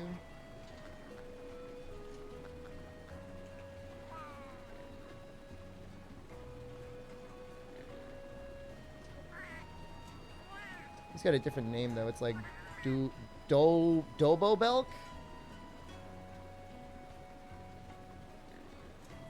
Tail Tip actually takes decent ice damage.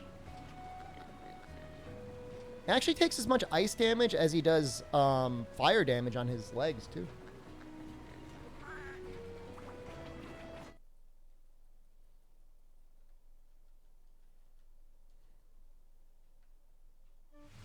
Never use dual blades until endgame because you're obsessed with element on them? I mean, there are progression dual blades with element on them that are okay. I mean, obviously dual blades are more of a late game weapon than early game weapon because of how long it takes for the element to really scale up, but they're still fine.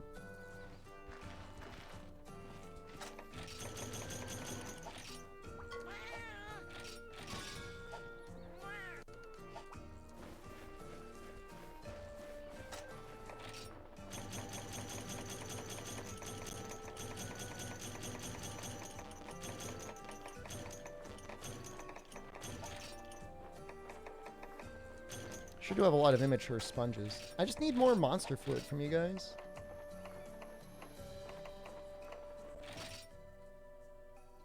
You watched the Rip Grandma video again? It hurts? It's a beautiful. What are you talking about?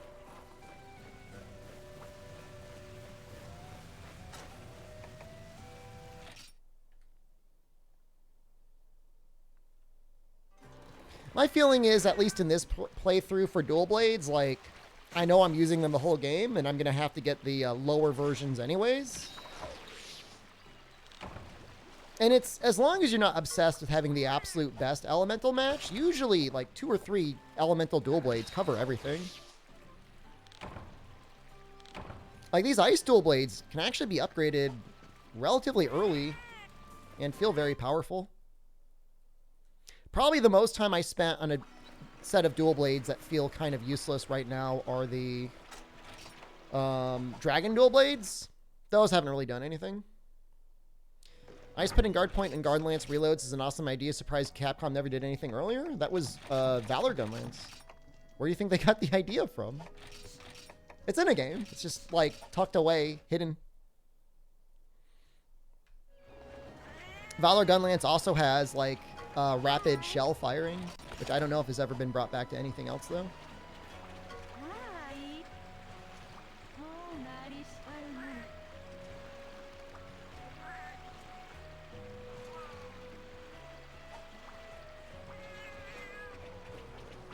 So I think I need the tail. I need 2 tail cases. All right. So let's get the break, we'll get the mine, and then we'll get the cut. And that means we'll have upgraded water dual blades for Ignactor. And then I think we're just going to try and get into... I don't know. I'll think about whether or not I want to even bother making the Zinogre dual blades.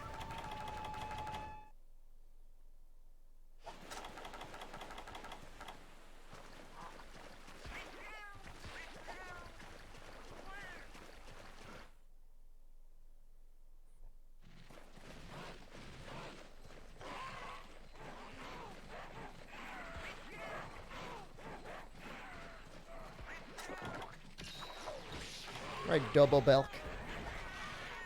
Rapid Fire Gun Lance? I mean, it was a thing. I mean, Valor Gun Lance was a thing.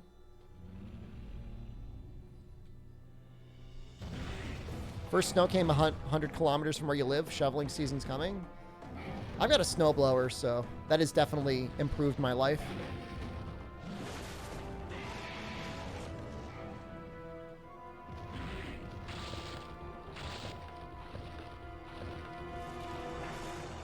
He's hungry. Hungry for some wood.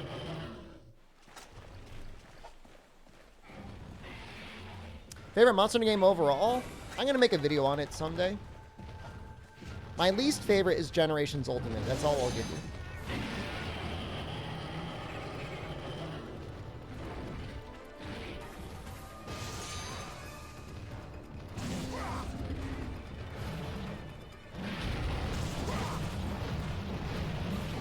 Oh, seriously?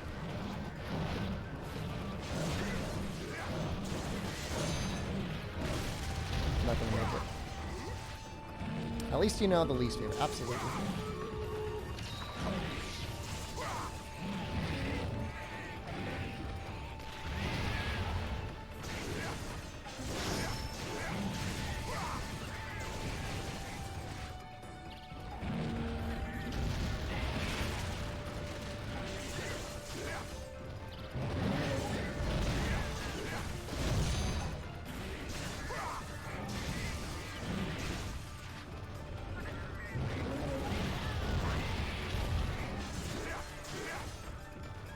It's going to be like a lot of tiny hits on this tail here.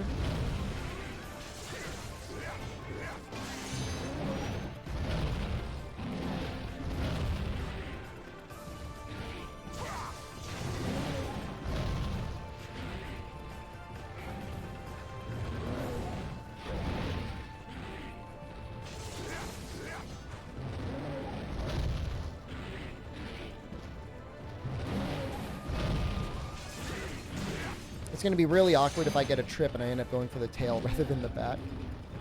Maybe I won't do that.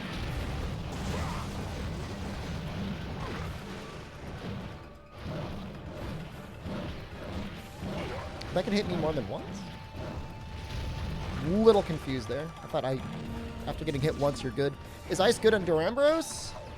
For the hit zones that I'm actually targeting, it's actually as good as fire. The legs and the tail case.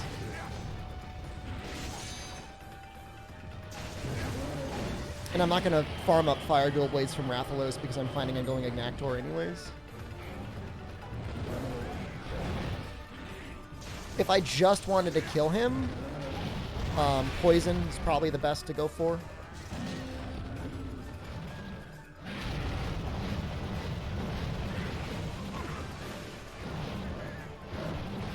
Constantly eating dirt. Oh my god.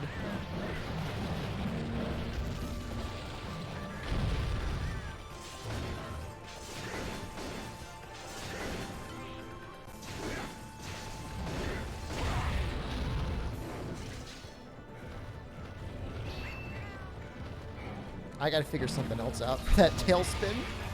Maybe I gotta just focus on evasion for the first cycle.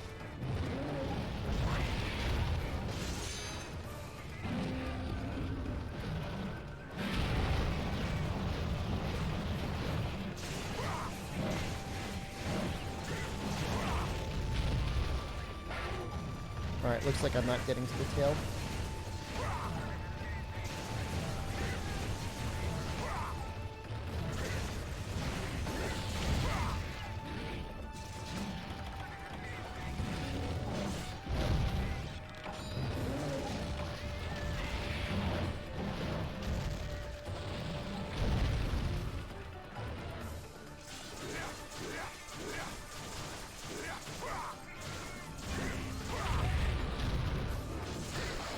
Alright, there's the first break.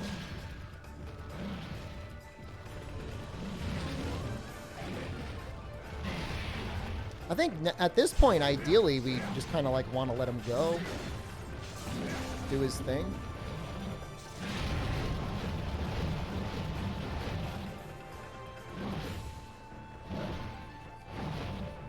Hopefully he spins up in the air. He doesn't just fling himself towards me. Oops. That's fine.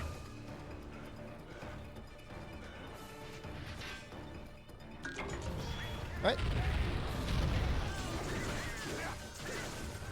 And actually, I don't know if you can get tail cases in the rewards. I think you got to mine them. What skills does Royal Logos I have? Marathon Runner, it has 9 points in water attack, so very easily gemmed in. 5 slots and have hunger. Yeah, you gotta crack the tail at least once, Squishy Bulgogi.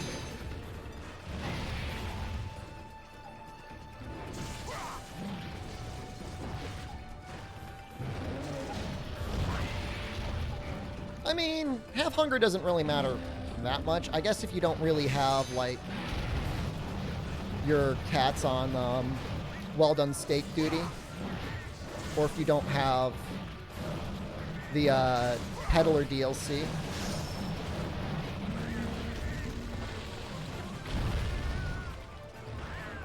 It could be okay.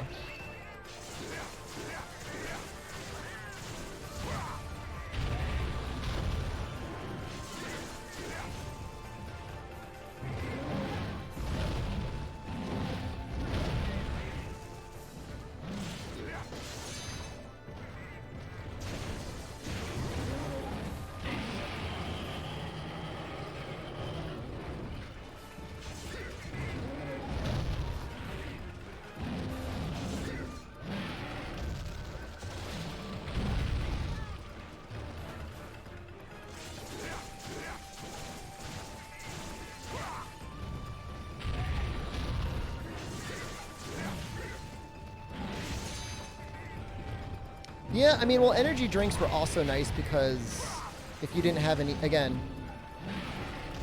if you didn't have any other way of, like, getting lots of cooked meat, you didn't have to worry about any raw meat at all.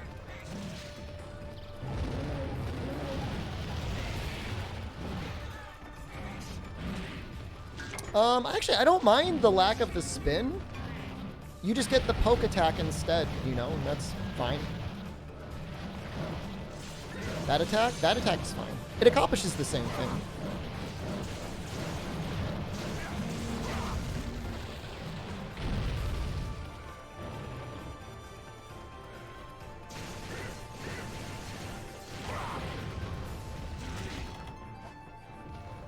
In fact, in some ways, I think I'm really enjoying 3rd gen dual blades. There's a lot more thought.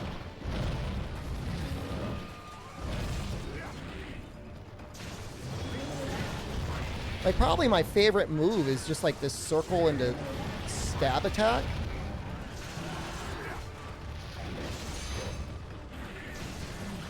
It's actually really neat.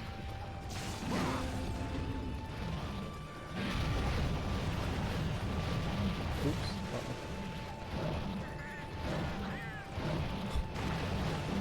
I don't think we're getting this one.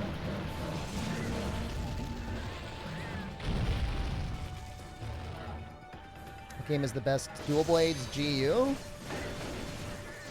GU does some interesting things with dual blades. It also does some very uninteresting things with dual blades. So I suppose it goes both ways.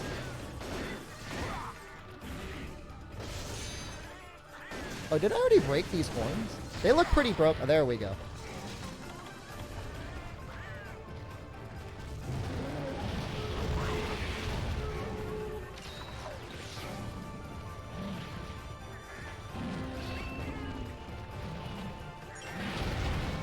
He's gonna fall over no matter what, unless he just goes into that trap.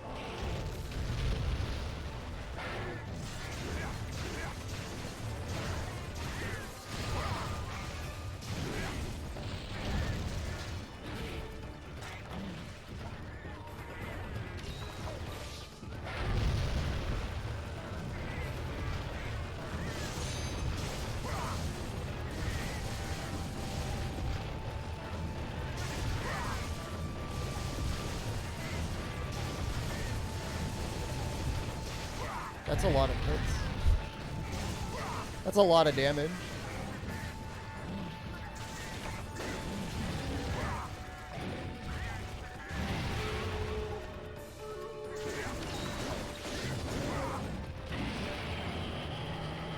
I mean, double status dual blades is a thing in rise, I don't know that it's really worth it.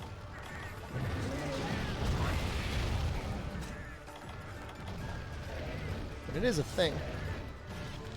So we're going to have to go back. We're going to have to fight a Royal Ludroth and cut its tail off. It's not really a big deal, though.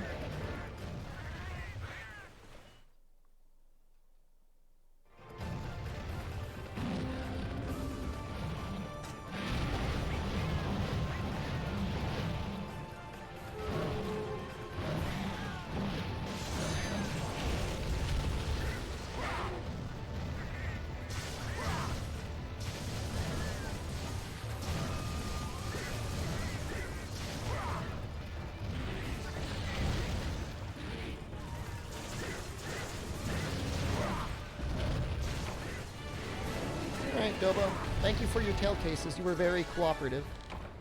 It was honestly perfect, the way he did it all.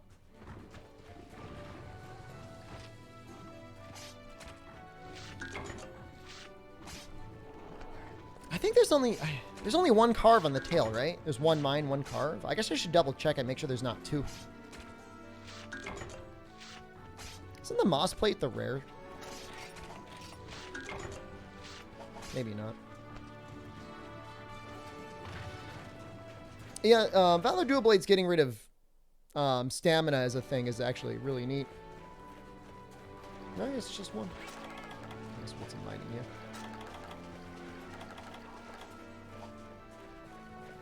Volcano Burst, hello! So we're gonna have a water upgrade, then we'll get our fire dual blades. We'll be missing thunder, but it's fine. We're gonna have everything else, other than maybe upgraded dragon, because that's just a pain in the ass. But between fire, ice, and water, that should be everything. That should be good enough. How's the weather? It's getting chilly, man. It's a pain in the ass. I have to wear my man tights now. I actually got free. It's cool. Not that I'm really complaining about wearing my man tights, but I do have to wear them because it is cold. I actually just ordered another couple pairs of them because I have some pairs, and the pairs that I have are like a different brand. They're a different material, and they're kind of itchy. They get itchy sometimes, so I just ordered the pure spandex ones. Spandex polyester ones. Do not get itchy. Lorian, hello. What are they, Lululemons? No. Like Spalding or something? I got the ones that I have that are itchy are the they're like 21 degrees or whatever, but they were like so cheap, like I can't even be mad. Treat your ball right. I'm doing my best.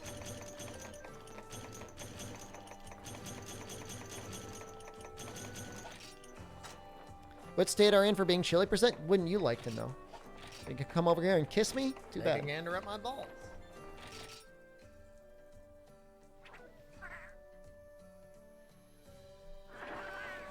I'm not going to give that away that easy.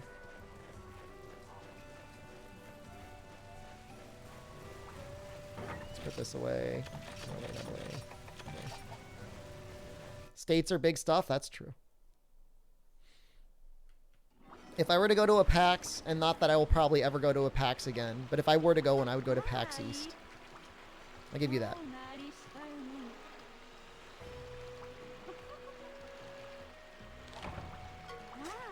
Don't act like I want to let a kiss from chat. I'd give you guys a little kiss. I'd give you a little forehead kiss.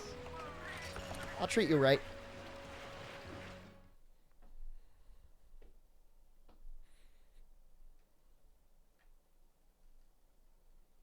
Are the farms better than carts introduced later on?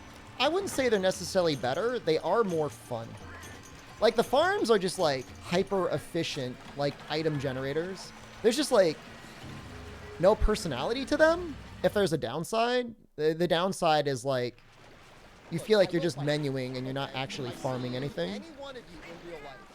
Wouldn't that kill you like Chicho? You'll have to try it and find out.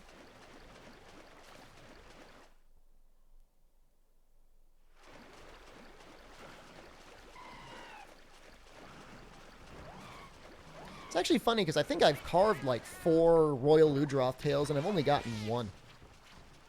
Gotten so many scales from it. This should be quick, though. Unless, like, I have a complete, like, aneurysm.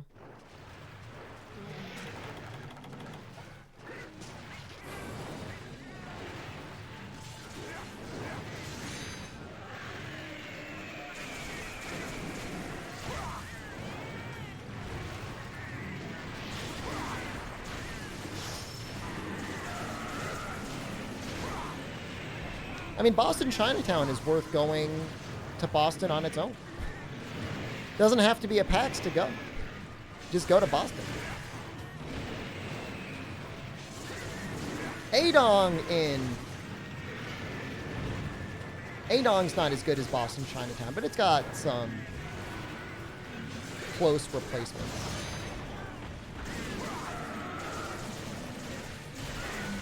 Wow, look how quickly that tail came off. All right, let's carve it, see if we got it, and like we will run if we do not have a tail view. Okay, we got it.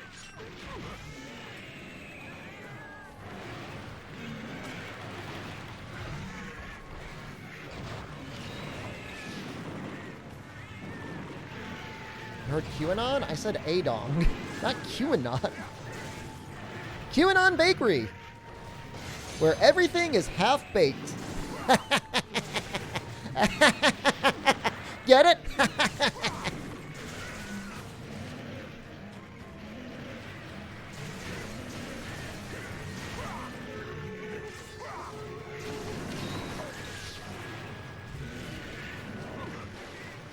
No, can I get it? Sorry. I don't get it.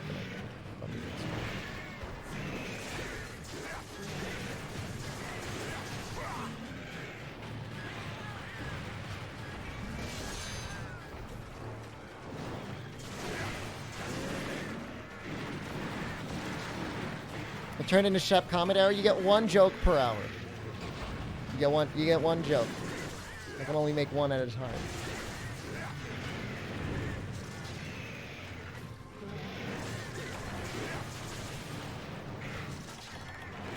For real though, like Chinese bakeries just like hit different than normal bakeries. They just do something like, I don't know what they do. I don't know if it's like the flour, the baking method, the sugar they use.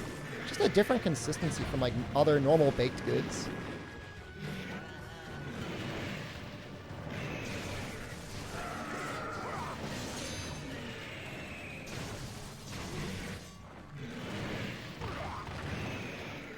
MSG, they're not putting MSG in their baked goods. And if they were, worth it.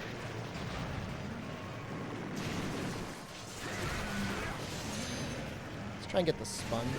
Whoa, it's really pushing me.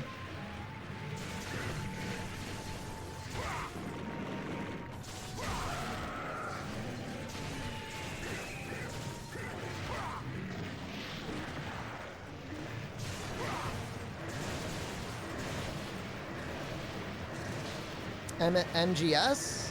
No. Not Metal Gear Solid. Monosodium glutamate? Actually, I add monosodium glutamate to most things that I cook. It's good. There's a reason it gets added. You know why? It makes food taste better.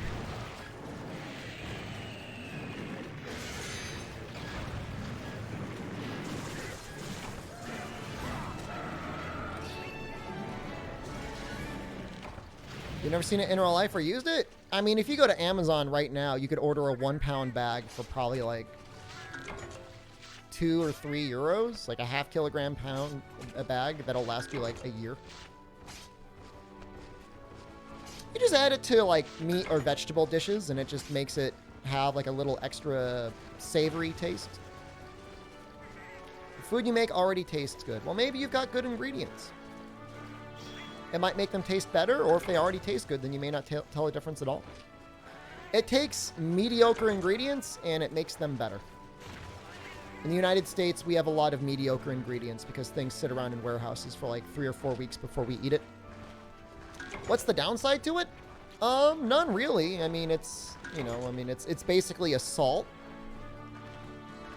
There may be some salt-like side effects on your body if you're sensitive to it.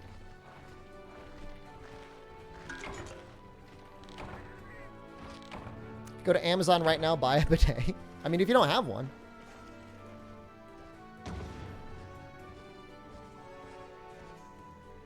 You know, I think the U.S., like, for as large as it is, with like 300 million people, has like a dozen major meat processing plants for the entire country. So, like, just think about that.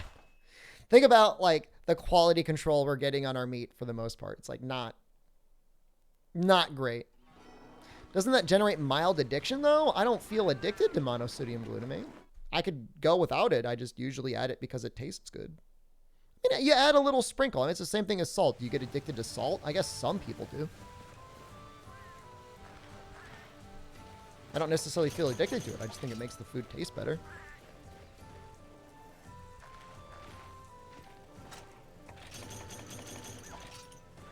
Yeah. How was that fish that was rotting in the mail car for 2 weeks? I have no idea what you're talking about. That sounds disgusting. Oh, we talking about the meal that my mom sent me for, I think it was for Jen's birthday. It turned out better than you would have imagined.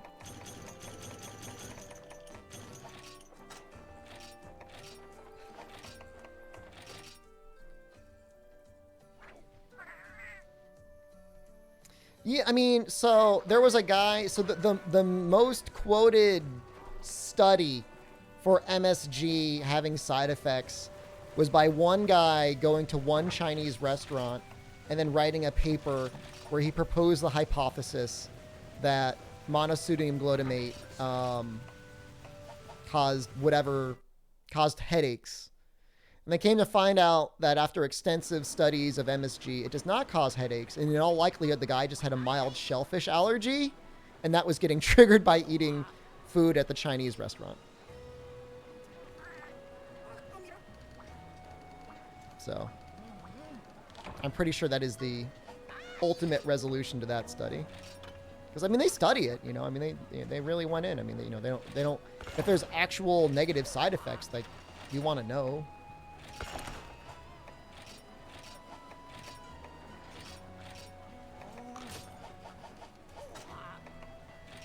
Hey, we've got 2 water now. Hooray!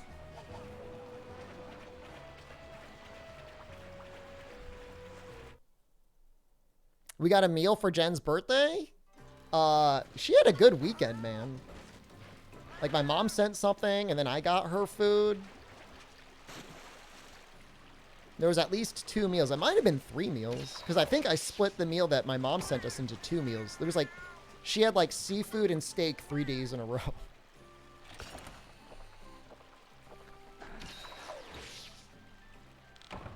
My birthday, we got a poo-poo platter and some takeout grocery store sushi. But that's okay. That was fine.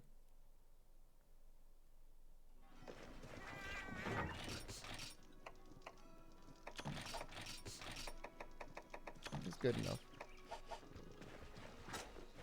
You're a poo-poo platter? It's a fun little thing to get. Get a little of the crab rangoon, get a little of the boneless spare ribs, get an egg roll. It's a nice little treat.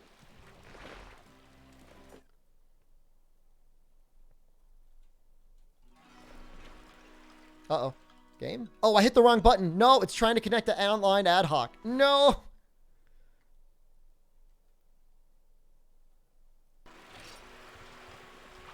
What is a poo-poo? It was, I think all poo-poo platters are for 2 people. I was freaking out for a second there. Durham Burroughs and Royal Ludrow. No, we want Agnactor.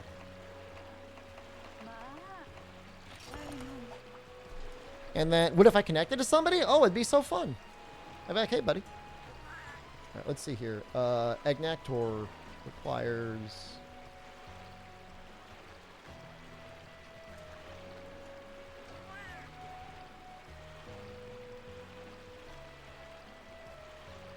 Looking for it.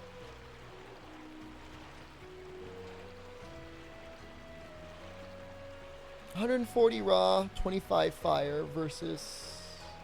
Oh, it's so much more fire than the Rathalos one. That's crazy. The only difference is, like, the proper Rathalos dual blades that just upgrade out of Ignactor stuff, they do have quite a bit more more real raw. But then again, like the Ignactor dual blades do have 30% affinity, so it kind of makes up for the fact that it's got less raw. It's got so much more fire though. All right, we're sticking with it. Is gold and silver in portable third? They are. Apparently Azure and pink are not.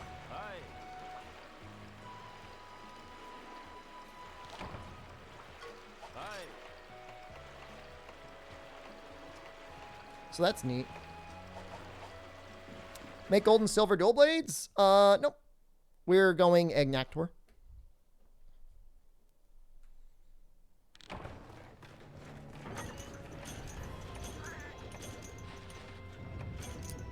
So yeah, the final upgrade for Ignactor dual blades is called, at least the translation is called Flamestorm, and it goes into Salamander. Gets 32 fire.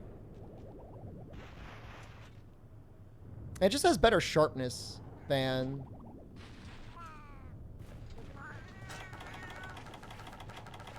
the Rathalos dual blades. I'm assuming with fire plus 2 that'll actually scale. Like it might actually make an extra 1 point element difference. I don't know. 28 versus 32. I guess it depends on the formula.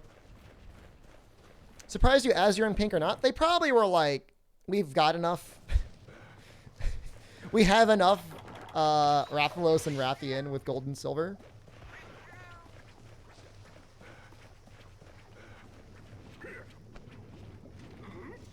There is enough representation in this game.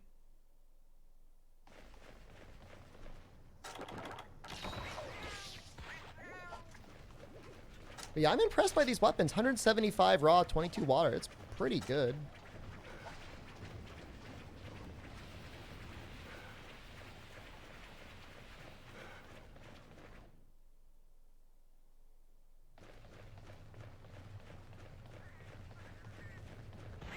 He doesn't start in 10, does he, for the cutscene?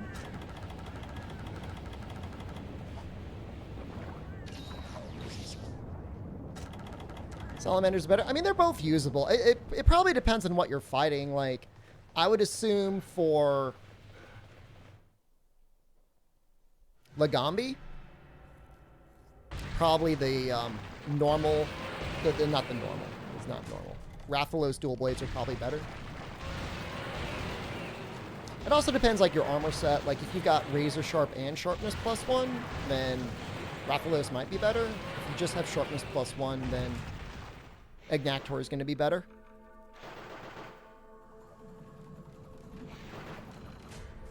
The Ignactor stuff is better base sharpness. And then that could free your slots up so you could focus a little bit more on the actual elemental up skills.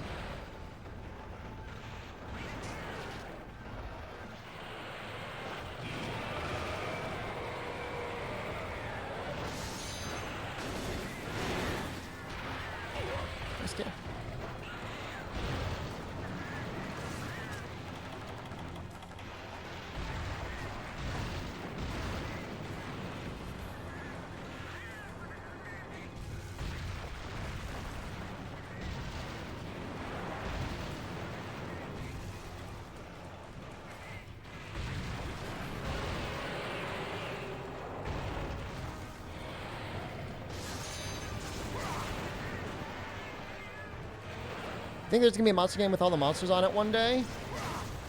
No. They wouldn't know how to balance it.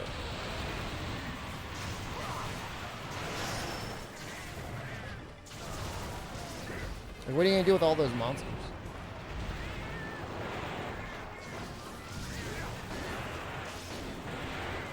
I mean, it'd be sweet as hell if they did, but...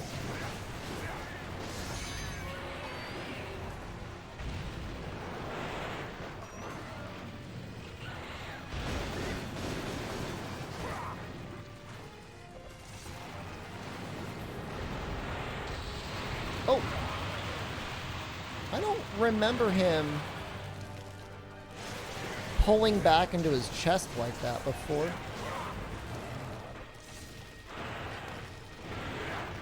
That was unfortunate. I guess I got to stick to his feet first.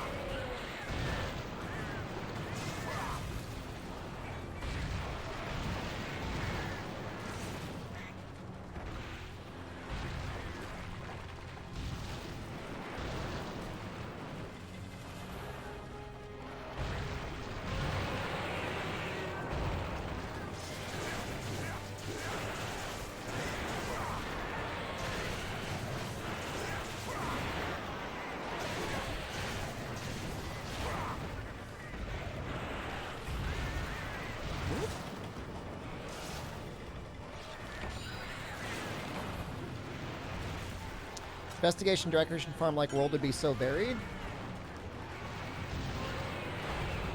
Yeah, it could be. I'm assuming you mean for Rise.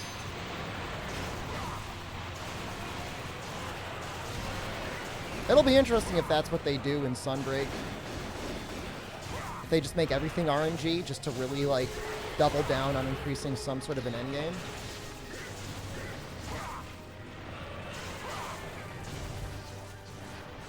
Oh, no, no, no, no, no. Ooh.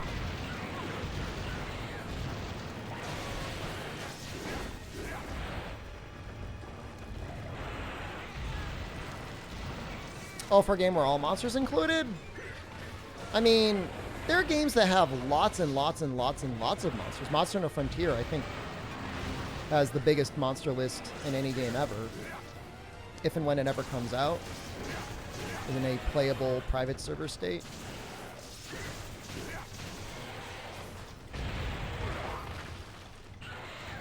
Built-in randomizer would be sweet.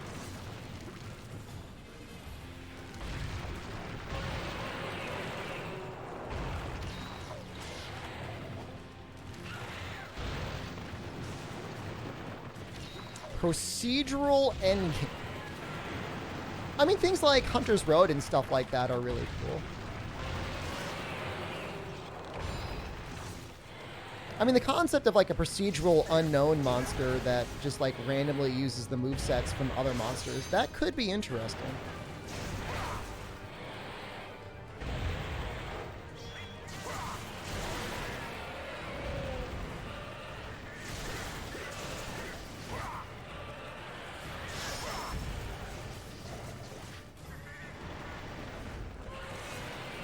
Waiting on Monster Hunter roguelike?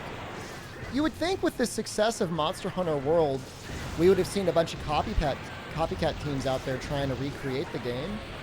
But it's never really happened. At least not recently.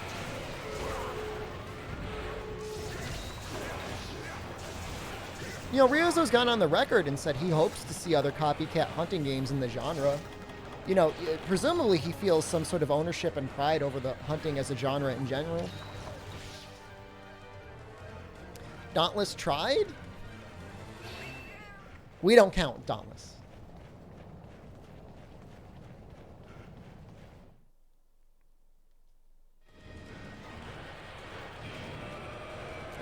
I didn't even really take a good look at what I needed from this Ignactor.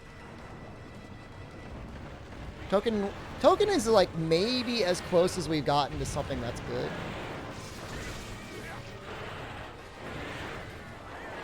We've got a couple Soul Sacrifice fanboys in chat. I'm not sure if that's what we needed.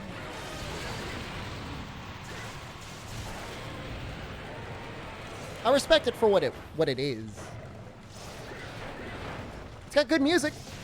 I will always respect the music in Soul Sacrifice because it is genuinely good.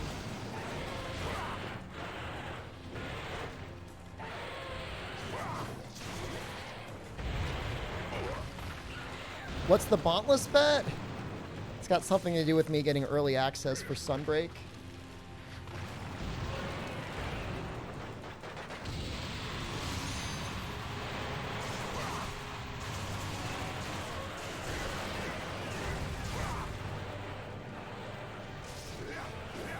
It's hard to hit his head with these dual blades. Gaijin's going to do a playthrough on his YouTube. Soul Sacrifice, good for him. I know he went out of his way to get a Vita TV, which, you know, those things are not cheap anymore. I feel like Dragon's Dogma was a Monster Hunter copycat. I mean, that was made by Capcom. I mean, presumably by some people that worked on Monster Hunter, so...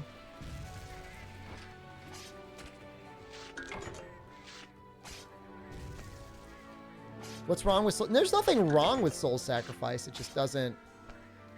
Here's what a Monster Hunter game needs to me. I mean, it needs to have slower, methodical combat. If you're constantly able to cancel out of your own moves, or if the monsters themselves are just get into a state where they can't attack you back for very long periods of time at normal playthrough attempts, it's kind of failing. Kind of failing a little bit.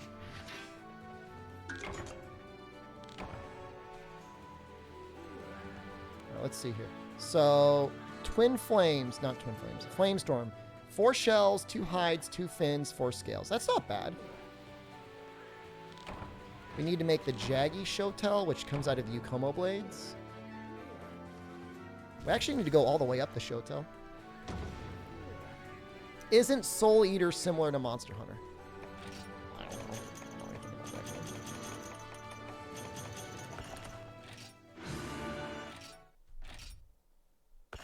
Is it an anime? All the clones are too arcadey? For my tastes, yes, Jeff.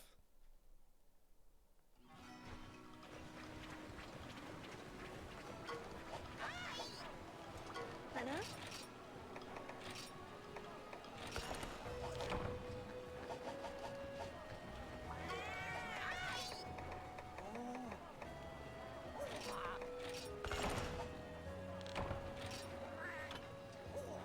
Two great Jaggy Claws. I think he takes water damage, right? Hi. Ah, ma, no, そうなるの?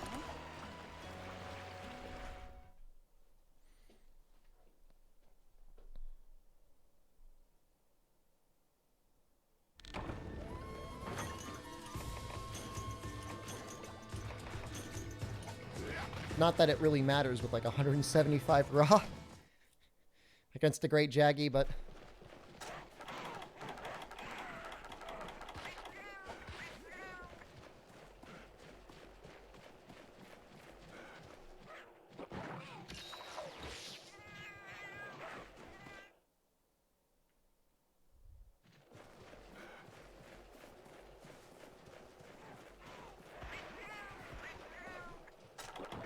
Gun Bullets and God Eater, that's what everybody talks about when they say they like the game. And that's probably the thing that intrigues me the most, is making like creative stuff like that.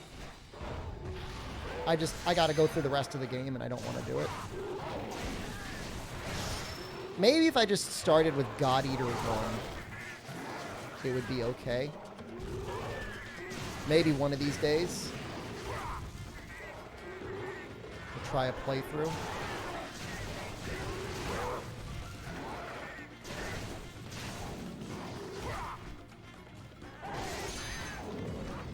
Kind of a small great Jaggy.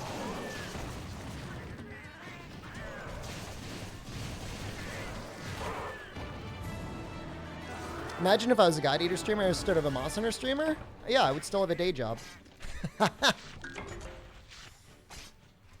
I would still be putting on a shirt and tie every morning.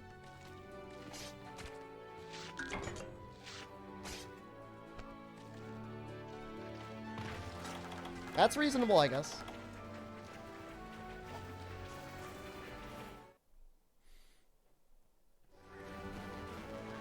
Imagine if I were a Soul Sacrifice streamer, right? Did you get timed out by mistake? What happened?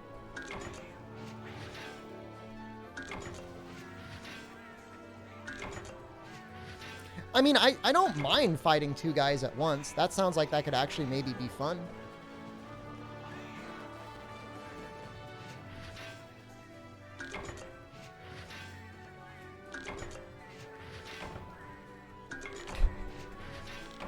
Alright, hold on.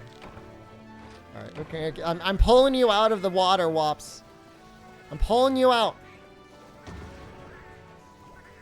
Your last warning. No claws, right? Alright, yeah, we're doing it again.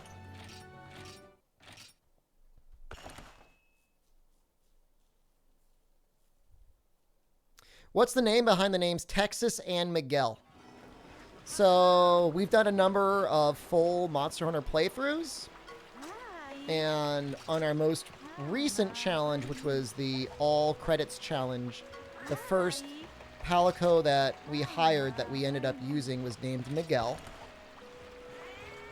And he was very cool. He took a lot of hard hits, but he stuck in there. And then on our most recent playthrough, we got Texas. And Texas was a lot of fun. Texas technically got stronger than Miguel. He had some really good moments, too. And so we're just sticking around with him. Next playthrough, you know, Miguel will probably cycle out for good. Texas will be the backliner. And then whoever's new in Freedom Unite will be the one to stick around. So I was actually thinking of doing a playthrough of Freedom Wars Fed yet, because like I've never tried it, and I know people said like there's some interesting stuff going on there.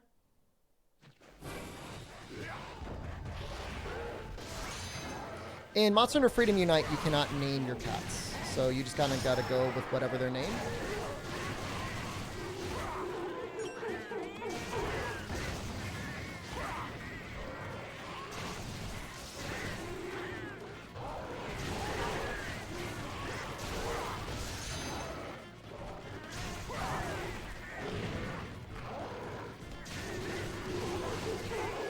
All right, hold on. Let's not kill him there.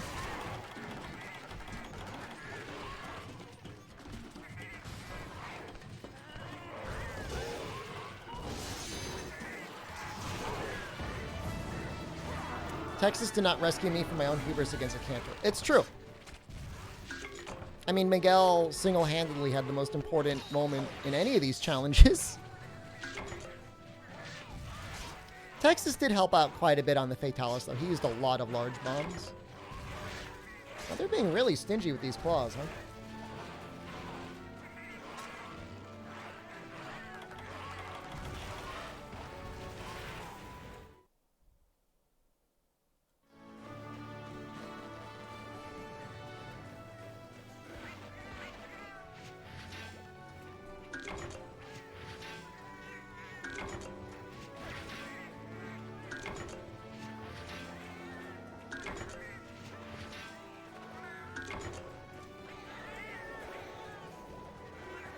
I guess it's just kind of how it goes.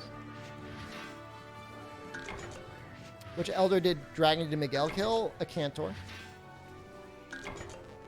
I guess technically a Cantor is like a flying wyvern, but that's like...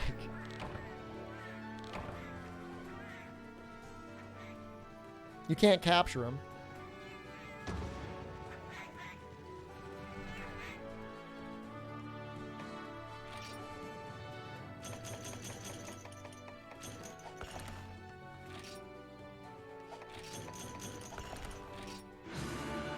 I prefer the fixed mining spots, Nami Tori, for whatever reason. Hold on a second, I gotta turn this off and on. Not really working. It's weird.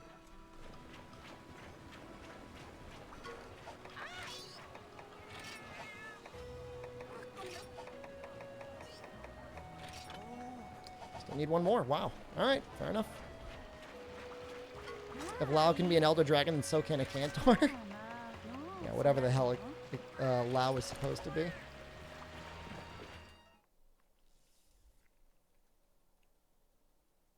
I did actually a road trip, Moldy McGee, across the United States. And at the time, we were spending a lot of time listening to the radio, which I do not recommend. And a solid 70 to 80% of the country pretty much just listens to country, U.S. country music on the radio. And so unironically, I have listened to that song, I mean, dozens of times.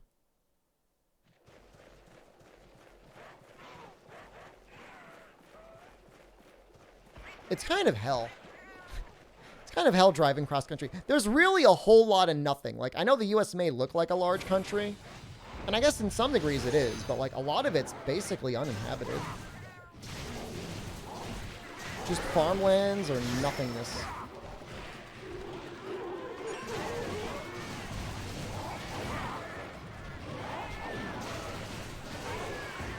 So hang your hat in Tennessee. Tennessee's actually kind of okay. I've been to Tennessee before. Same deal about the radio stations, though. Big country full of big bellies? We are among the fattest country in the world. And given our population, it's even more concerning. How many people? Did you drive through Texas? Yep, actually made it through Texas. I forget what we flew out of. I know we went through... I think we saw Houston, Austin, and Dallas. I think we flew out of Dallas.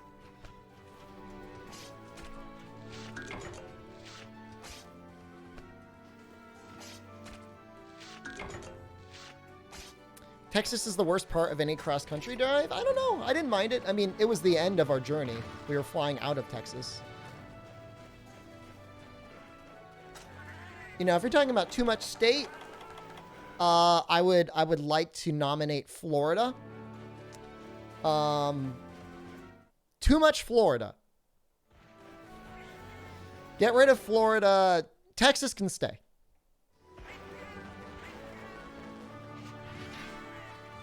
Just start, like, move Orlando, like, 1,000 miles north, or however far it needs to go. It's probably not 1,000 miles. 200 miles north.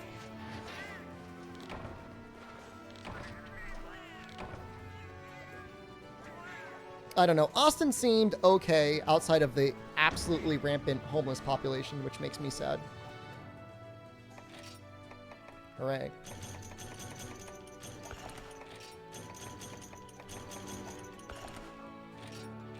Am I volunteering my state to shelter all the Florida men? I don't know where you should put the Florida men. Maybe Florida should be large to contain the Florida men.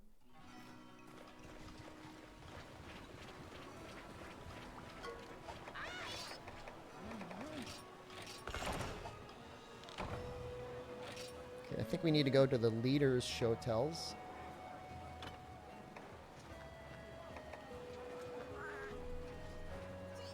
It's interesting. We need some Araktor scales and Great Ragi Brace. Okay. I think we should saw Florida and let it sink into the ocean. I mean, global warming is going to take care of a lot of that on its own anyways, right? I don't think you need to be too concerned. It is basically a swamp.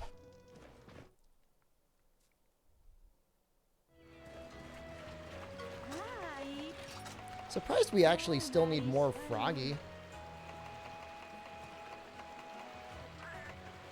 Doesn't really make a lot of sense, but...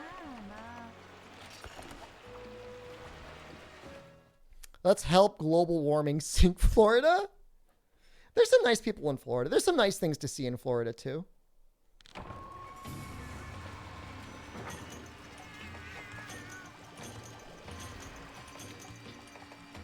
Santa Monica Pier will be filled with water within the next 10 years. I mean, you know, I mean, we can create dams and raise things and build, like, water retention walls and stuff like that to stave off some of the more immediate effects of global warming, but it is concerning.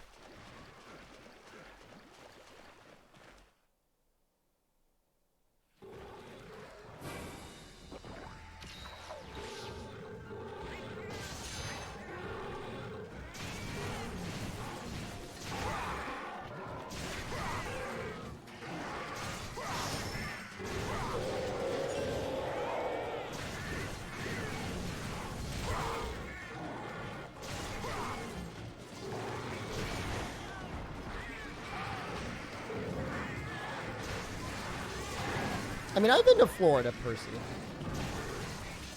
You know, honestly, nicest thing about Florida, we were driving a really crappy old car that actually made it all the way down from New England to Florida. And as we were leaving Florida, trying to escape Florida, it broke down. Like the radiator melted. Like it was so hot. Like the plastic reservoir that contained my radiator fluid melted through. And Florida actually had this highway assistance service where they would just have people driving up and down the highway looking for stranded tourists. And they helped us out. Still remember the guy's name, Wayne. He's like, I patched it up for you. You're going to want to go to, you know, any hardware store and pick up this stuff called JB Weld. Pour it in there and it should get you home. And you know what? It did.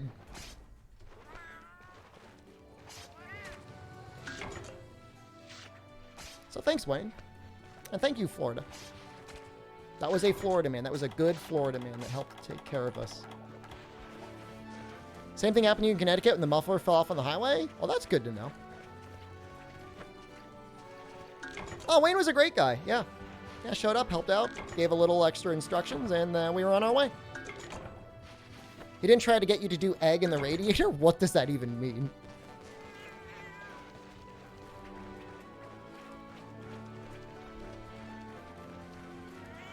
I mean, certainly Florida's tax attitude and sunny atmosphere make it a wonderful place for retirees to go to. That's for damn sure. Somewhat lower cost of living. I heard Miami's actually like getting to be a, sort of like a cultural hub with food for whatever reason. I mean, like the majority of the United States, there's going to be a lot of tweakers out there on meth and bath salts, but you can find that in basically any civilized area of the United States, right? Florida doesn't spend $22 billion on a highway. Fair?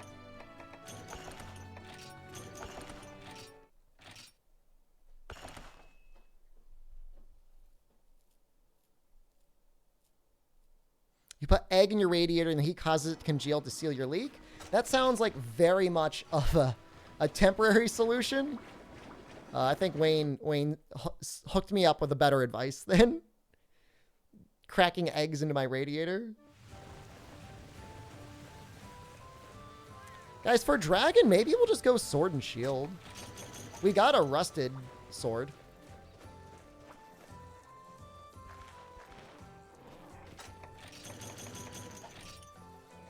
I was in the South. Honestly, it is an unfair stereotype to say that there are worse drug issues necessarily in the South than there are anywhere else. There's just as many people with drug issues in my state, in the North, than anything else. Have I used drugs before? Never. Never. I've had a little glass of wine every now and then. My body is pure. Oh, you think I'd use the devil's lettuce? Please.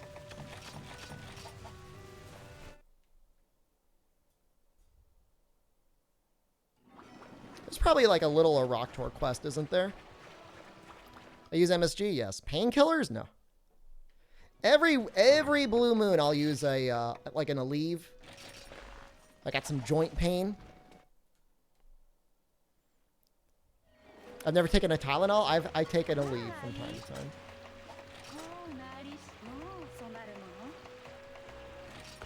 It's a lot of Aroctors to kill, but I guess it'll guarantee that we'll get the stuff we need, right? How many do we need? Not that one.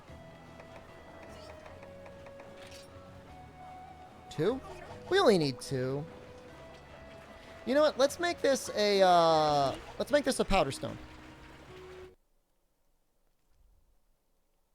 I could have bought into the hallucinogenic frogs.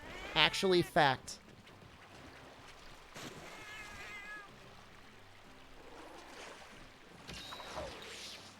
Your water-powered plant is killing most of your eel population? That sucks. They tax you to death on tolls for roads since there's no state tax?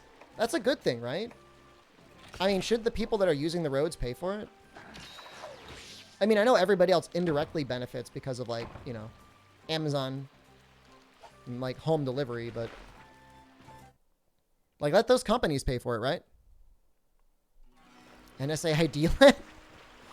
I don't know. I like Aleve. I'll take ibuprofen too, I guess, but that's pretty much what I use. I have a knee pain or something like that. All right, cats. We're going to make a delivery.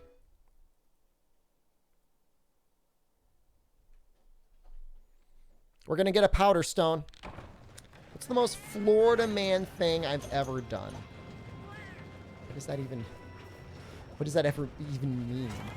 What would what? I ever strip naked, take bath salts, and bite someone's face? Okay, that kind of sounds like something I do. But no. If I'm not using it, I'm not paying for it? Why should I, somebody who works from home and doesn't drive on the highway maybe more than 12 times a year, pay the exact same amount of money? I mean, I don't know. I understand. I do get it. I do get it, right? There's an argument to be made. You know, we all benefit from the highway equally. And like, and certainly like in terms of like education and stuff like that, like, yes, I don't have any children, but of course I don't mind having money going to children.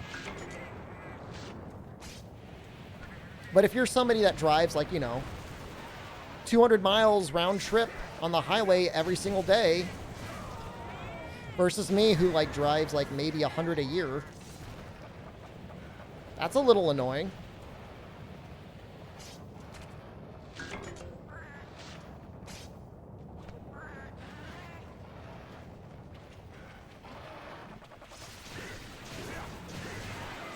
And tolls are a way to more specifically charge for that, right? If you're overusing and abusing the highways. Why did you think I had a son this whole time? I'm sure there's a number of people in chat who would be happy to call me daddy. But I do not have an actual biological child that I know of. Ryan, hello, and thank you.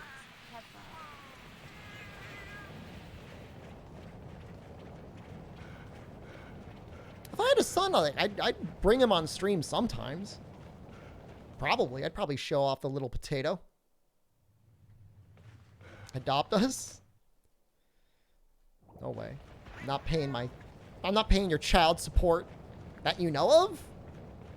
I mean, you never know, right?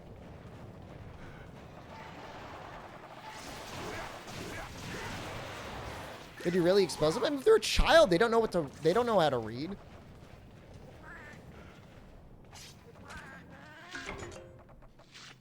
What if they take after you? No son of mine would ever grow up to call me daddy, so that's...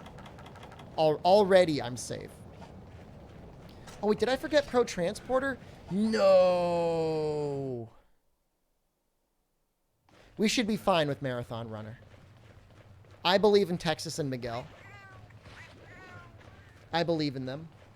I believe in my 140 health. And I believe in Texas and Miguel to save me. Even if we die, we already got what we wanted. Imagine your kid calling you Omega Gaper. I mean, B-Sponge is talking a little bit about what his relationship is like with his dad, and that's very internet worthy, I guess. I don't really know what else to say about it. Right in on that powder stone. Right in on that powder stone. And they both have health now. Their loyalty is higher. They're higher level. They have more stamina. I believe they'll heal me.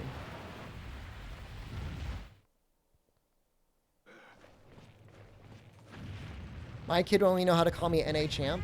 Unironically, that's what Ryozo calls me. Last time I saw him, he said, "Hello, champion." Just suck on that, okay?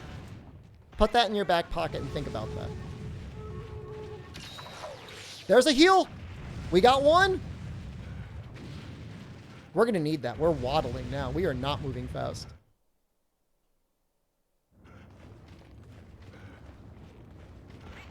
We're going to need all the heals.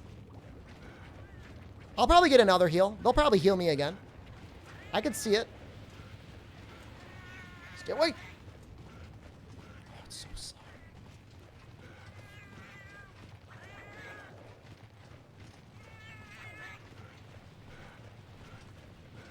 Can you tell us what Ryozo did with my business card? That was before I was champion.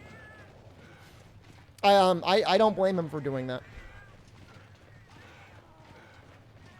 No, I mean the first time I met Ryozo, well, it was probably the third or fourth time I met Ryozo.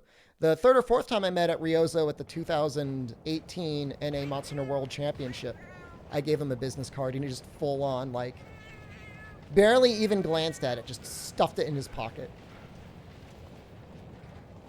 He was busy, and I was a nobody. And that's fine.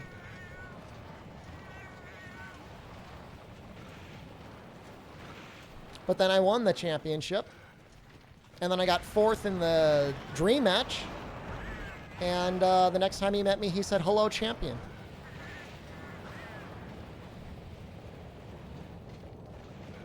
Was nobody. Hey, I am 3066 now. That's a big deal.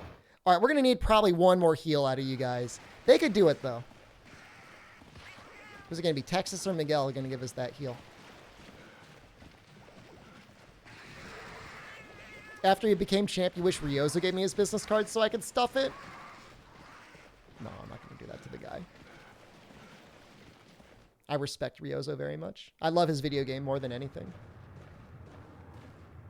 It's going to be tight. Oh, boy, is it going to be tight.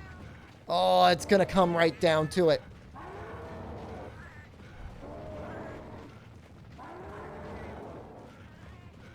Oh, please teleport in. Go in there.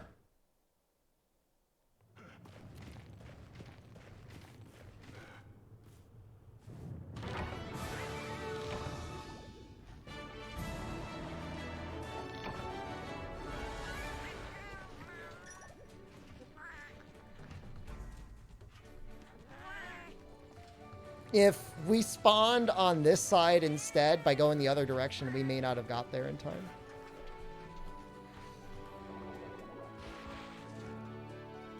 You thought that stone can't kill you? Oh, it can absolutely kill you. Well done, champion. Thank you. It's about time I get some recognition around here. It's about damn time.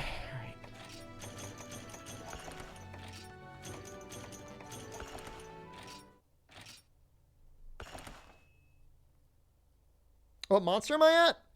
We're basically done with low rank. Actually, thank you.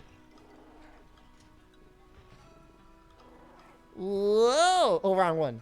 Whoa! We beat Rathalos. We beat... Oh, we did beat Volvidon. We did Duramboros. We did Agnactor.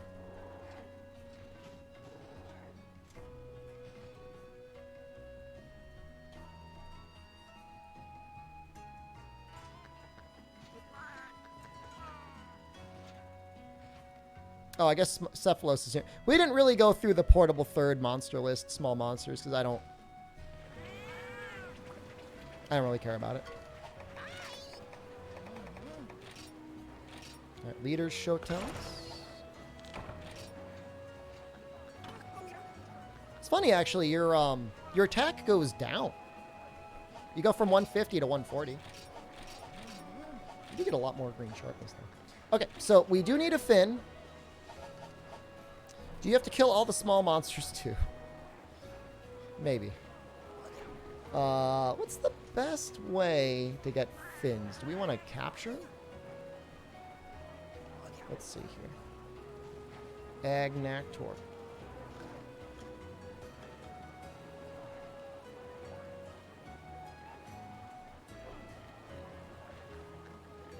Definitely want to try and break the fin. So 20% chance from the fin on a capture. From a carve. No fins. So we want to try and capture. There is a back break, as far as I can tell.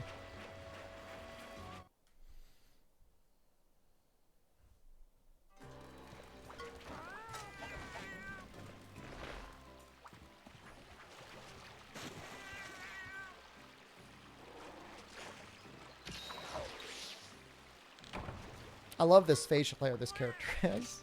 It's so funny.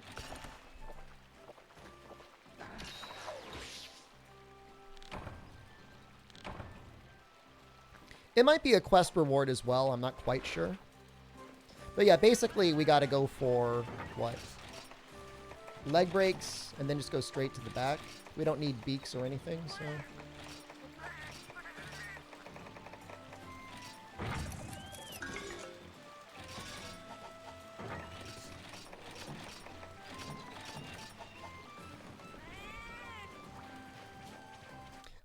So it's like listed as parts, Zeravius, of the face customization. I don't think it was brought back for 3 Ultimate, actually.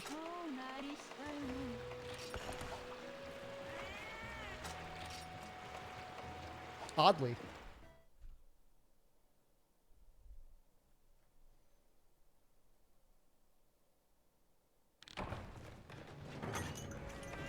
Really glad I went ahead with upgrading the sauna. It does make things a lot nicer to have this extra health and extra stamina to start with. Like, it's a little annoying going into the guild hall to do it, but it really doesn't take that much. It doesn't take that much time. And pretty soon we'll be doing everything from there anyways, so it'll be less of an issue.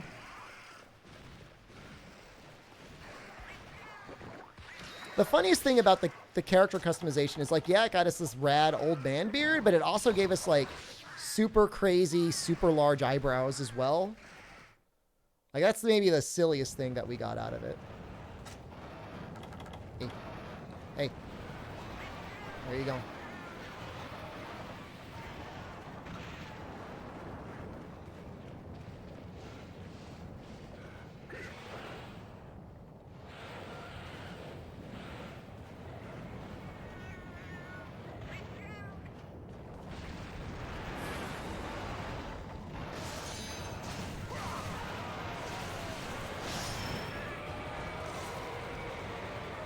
And actually, when he pops up out of the ground, we could probably circle behind him and attack his fin there too, right? Now that I think about it. I don't think I've ever done that before. Well, there's no reason that wouldn't work.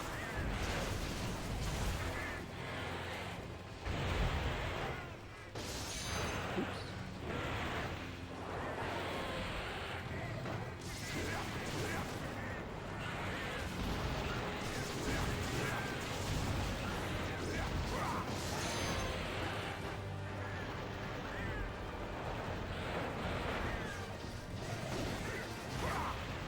A little too short. A bit more.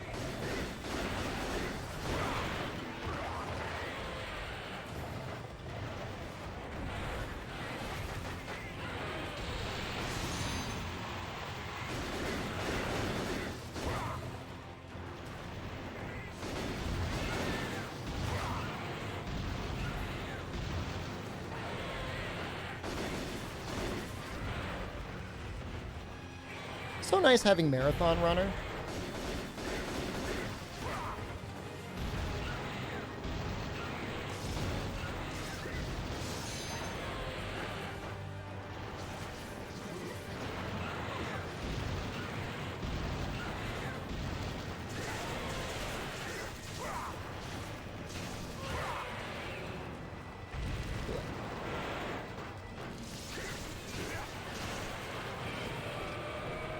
Poor sharpness. I mean, these dual blades actually have really good sharpness.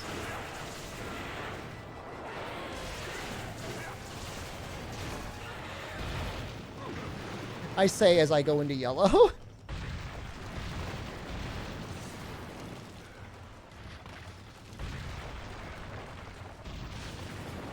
Oh, shoot. I wasn't paying attention. Well, I was kind of paying attention. I couldn't see him on the map.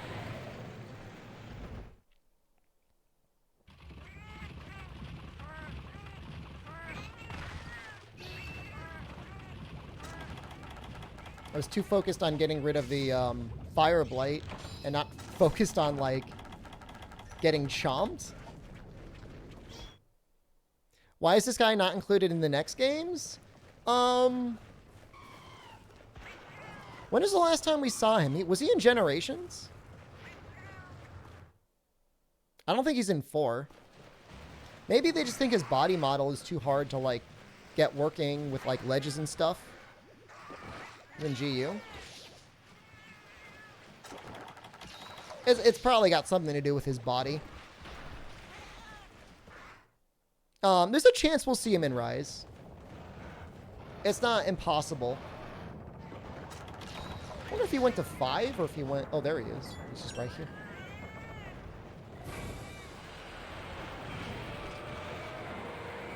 Didn't we get trade parts in 4? That sounds right. They did that for a lot of monsters.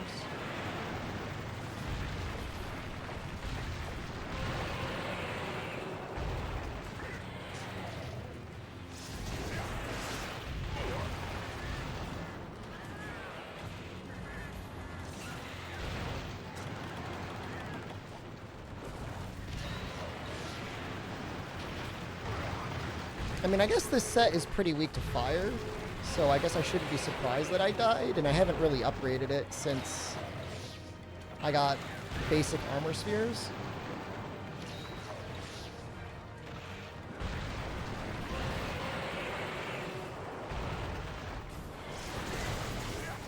Excuse me? You're supposed to fall over when I break your claw.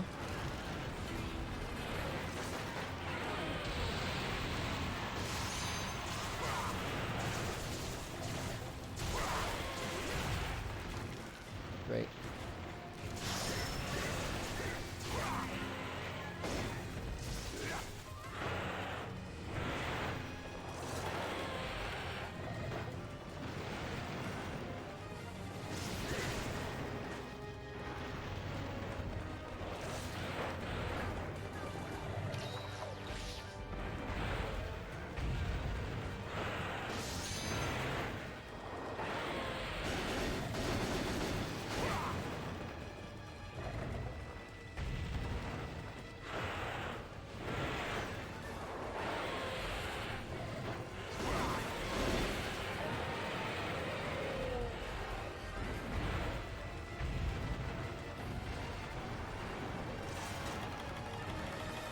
He's probably going to 5 to eat.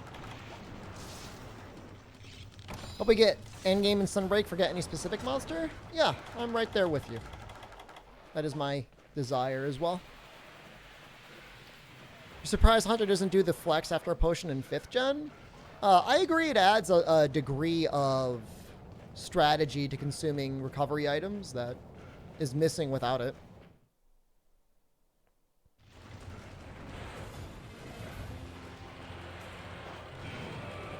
Try and stand here to make him run through the lava again to come over at us.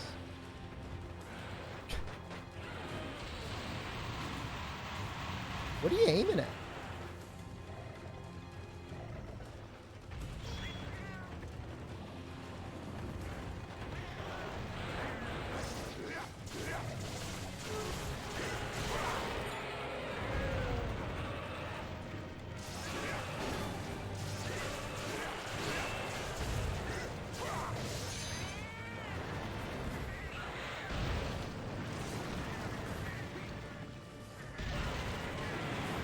I mean, I don't even know that necessarily the sword and shield ability to consume items while you're unsheathed is even that big of a deal.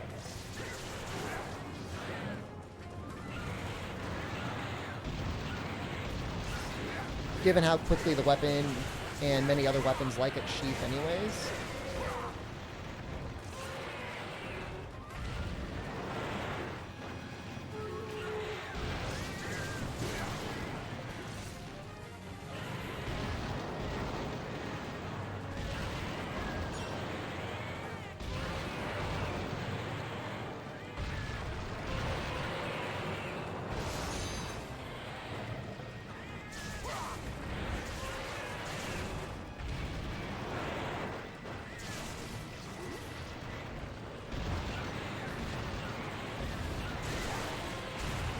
And there goes the chance of getting the tail again. And the back fins. Oh!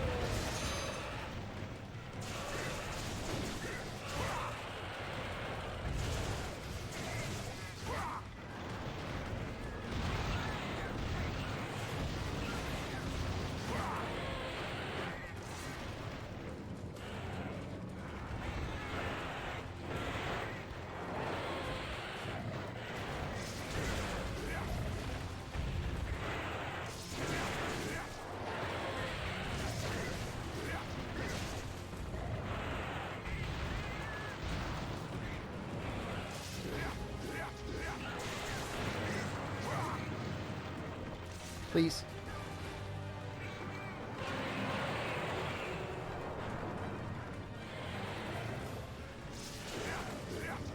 I guess I probably should have brought like a pitfall trap or something maybe. I don't know. Maybe the fins are broken. It's hard to tell with him.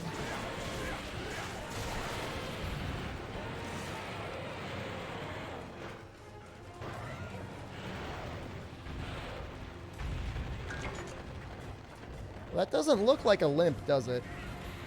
That's probably him exhausted, going to eat in 5.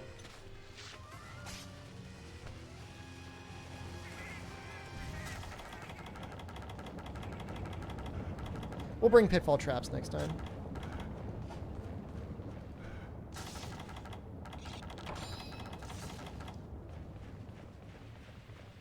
And 1 pitfall trap and, you know, 2 or 3 demon dances should be enough.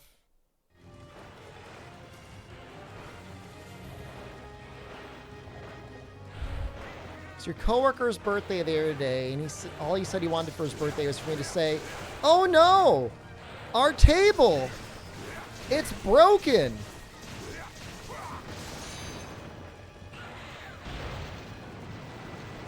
Is that good, Jillian Carter?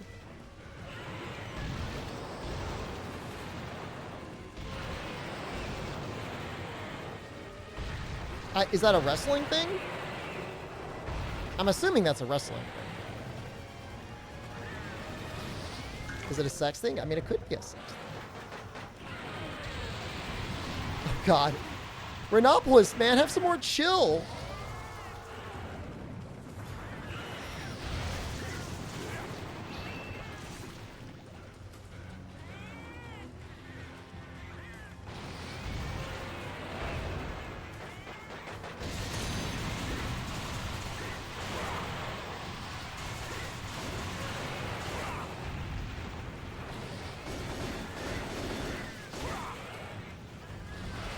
It's got to be broken, right? Table meme? Oh, I'm not gonna click. If it's loud, I'm not gonna click it. But thank you.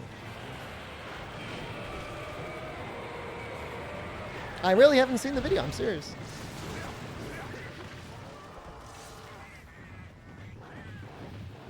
You think he's ready? I think he's ready.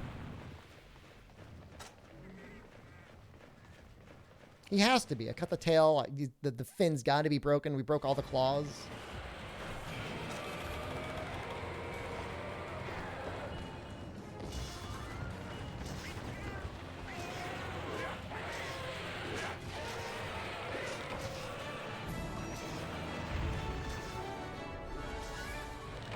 A kid stacking bricks on a table and acts surprised when it breaks?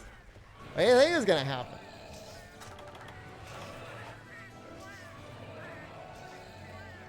So, in a perfect world, we'd get both of our fins and both of our scales right now. In an imperfect, unjust world, we would get neither.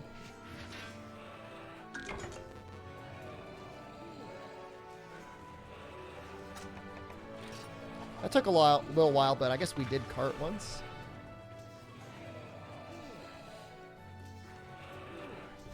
It's actually kind of strange for a game where I remember Element being pretty decent. There's actually not a lot of choices or variation between the elemental weapons that you can make.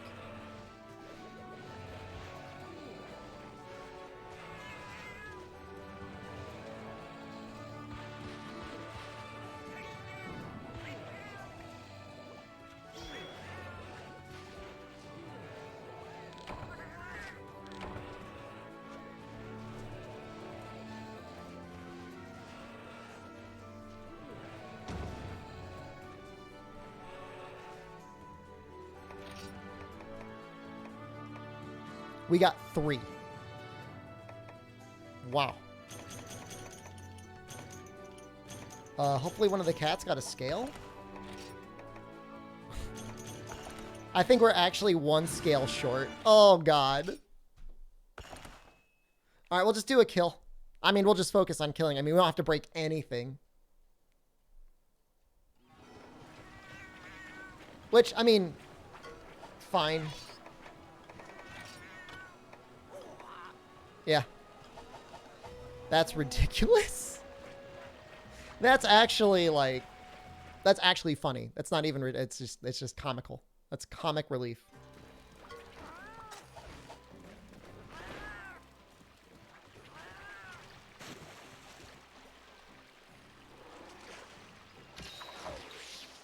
This 3 out of 2 means that our world is better than perfect. It's utopia, which is to say an impossible dream. Something that can never happen.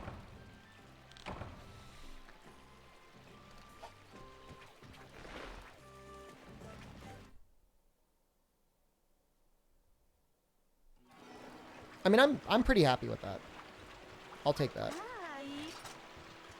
Ah, nada.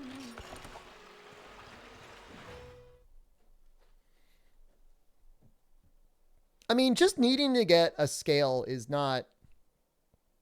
It's not a big deal, right? Like, we could do that. Especially if we're going for a kill, like, the likelihood of a scale is pretty high. In fact, I don't know if this game is the same as a lot of other games. A lot of games, you're, like, guaranteed, like, a scale. One of your relic longswords gets blue, just, like, by default, without any sharpness. That's gonna be nice. I thought the relic system was neat. Like, it felt like the sort of thing you could just do for a long time and just enjoy. These cool, like, side grades to slight upgrades over normal weapons.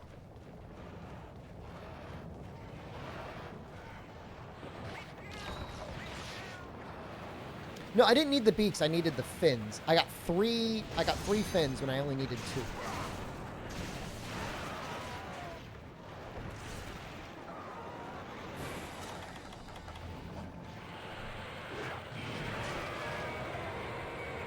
Oh, are we talking about for Sophonia's playthrough?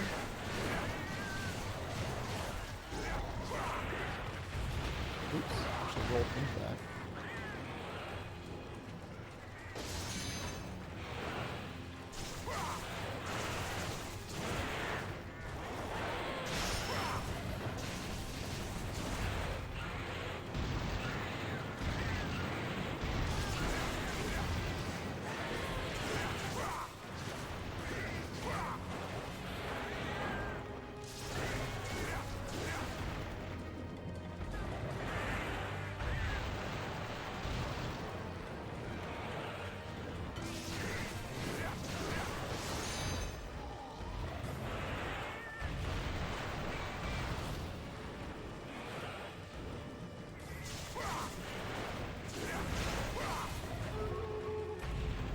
Oops. Still in demonized mode?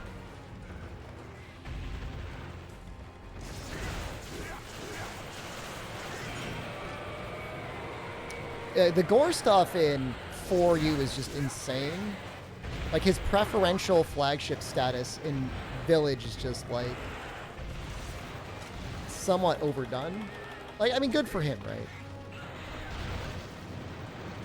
It's not like his weapons see a lot of other use.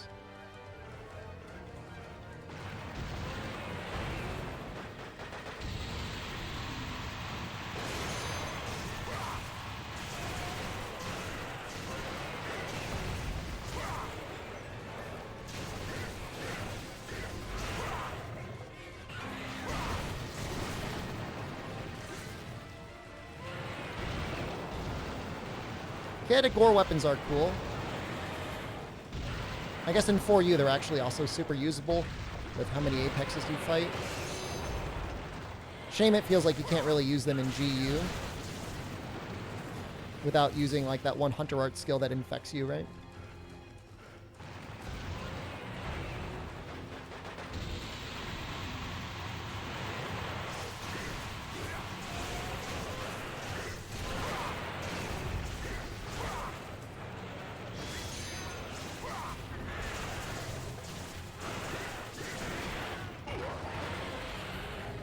Almost got lucky there.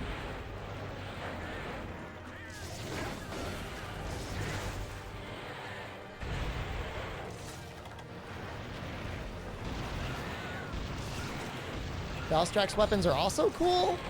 They have one of the most interesting weapon design gimmicks I've seen.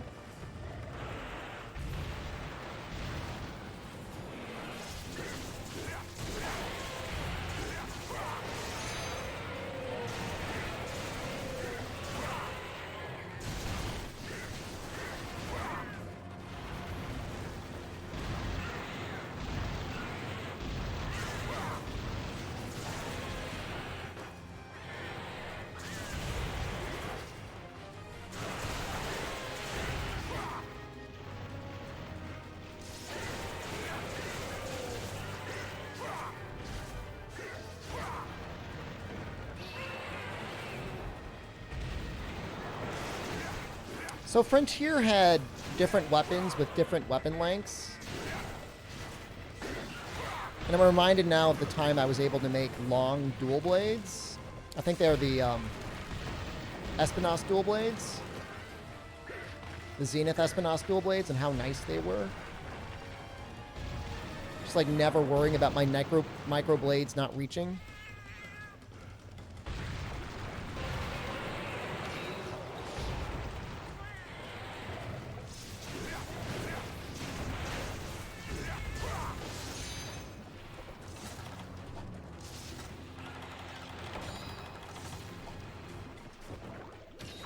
Espinoss dual blades were nice. They reached.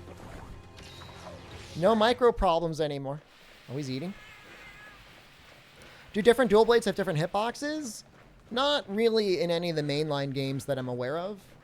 Just Frontier had a special mechanic for periodically like having weapons that would have like longer or shorter hitboxes.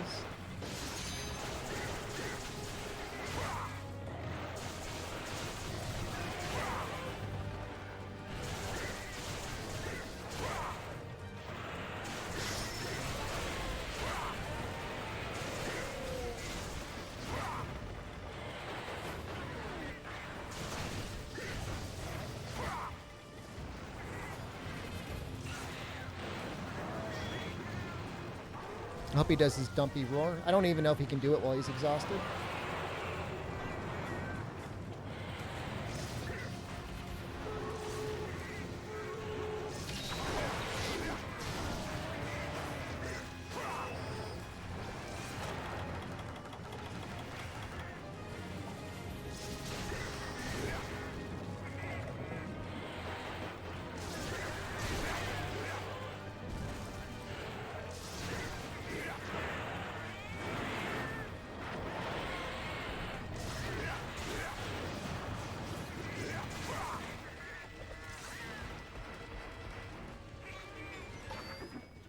He's already running. Mr. Shiny. It's nice when you just have to focus on killing a thing. A skill that made poison act as an element or extra damage in general was cool in Frontier. It was also, I know it got kind of nerfed in Frontier, but I'm pretty sure it was always meta in online. Which, I mean, I can respect that. I mean, it's a cool way to balance out poison. And paralysis to a certain extent.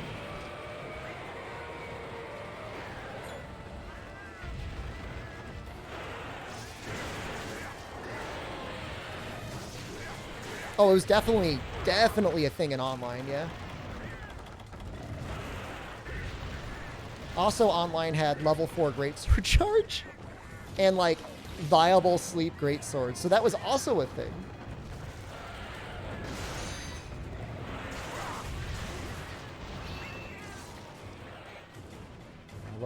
Level 4 was just sick.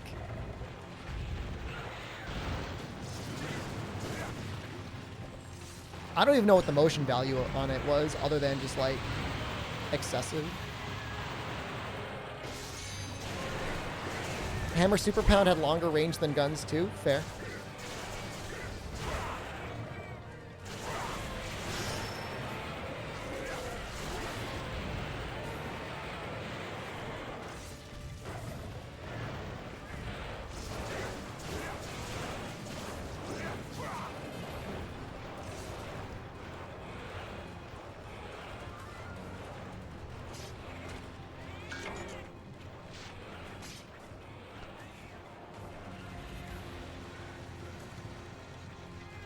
It's a shame the engine itself was so broken. It would have been a lot more fun to play if like performance was good all around, but performance was so bad. Like it's nicer to look back and not have to actually play the game, just like reminisce about it, you know? The reminiscence, the nostalgia is better than the game itself was. Like Frontier was actually that good, you know, once you got past the grind. Graphics were neat, actually, yeah. For a game that felt like it was based off of Tri-graphics. That sort of art style was really neat. Just gonna get into this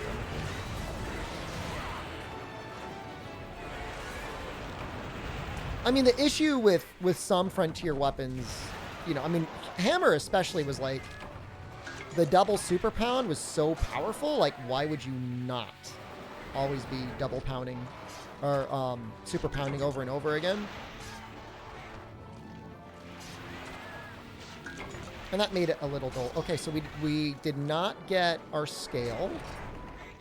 I'm about to get memed on.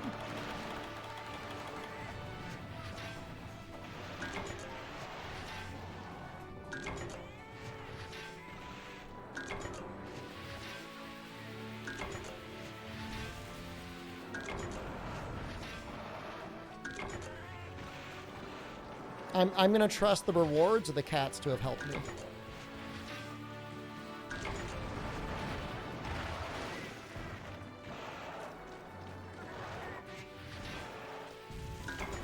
Like, I don't want to have to fight him again. I mean, I'll do it. At this point, it's already sunk cost.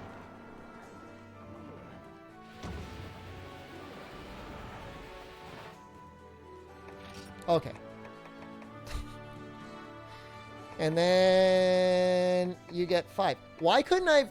If I got this, honestly, if I got this on the first kill, I would have gotten everything I needed.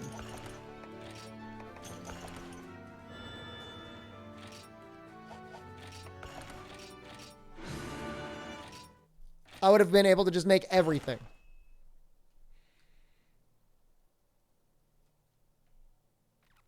Nope, I only took a kill, a capture, and then a kill. Alright, fair enough.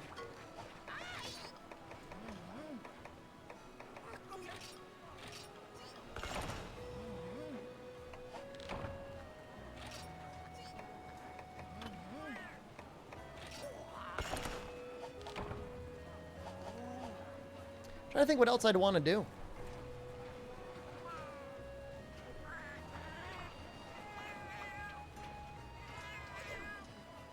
I really don't even think it's worth it.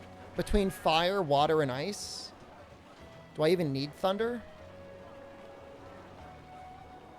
Anything that's going to take a lot of fire, or thunder, is going to take like decent fire, or it's going to take decent water or ice.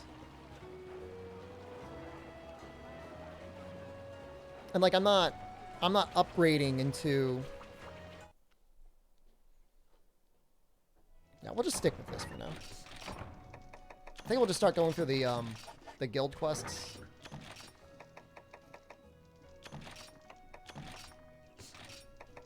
I don't see any reason not to.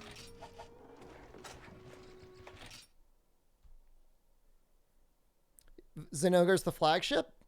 I have a lot more respect for the Giganox dual blades in this game than Zinogre. Remember playing this game not knowing about armor skills, just grinding for defense? I mean, I think that's a lot of people. I mean, the skill system is not very well explained at all. It's certainly not forced on you. At least you didn't show up with negative armor skills. Some people absolutely ended up doing that at times. I make your workday better? Thank you, Monty-kun. You make my day better. Oh, you know, we've got some points, don't we? We could upgrade our honey, couldn't we? Should we do that? I think we'll do that. I would say the nicest, like, quality of life thing you can get in this game is like speed sharpen early on. All right, let's pull up the guild quests. Let's get going through that. Actually, let's pull up the ass. Here's the ass. So if I'm trying to think what we'd want for runner speed sharpener. We can't get sharpness +1, can we, until like the end game?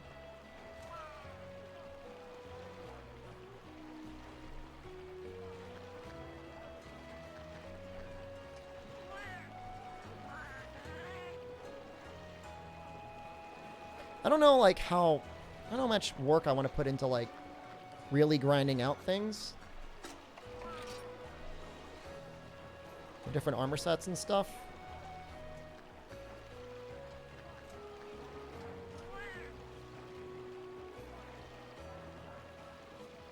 I think you can get razor sharp from Jen Moran. But I mean, honestly, like, I like razor sharp. Like, it's very nice. It's just, it's no sharpness +1.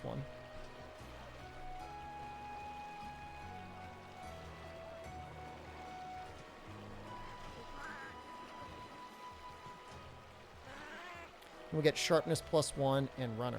Can we get sharpness +1 and speed sharpen?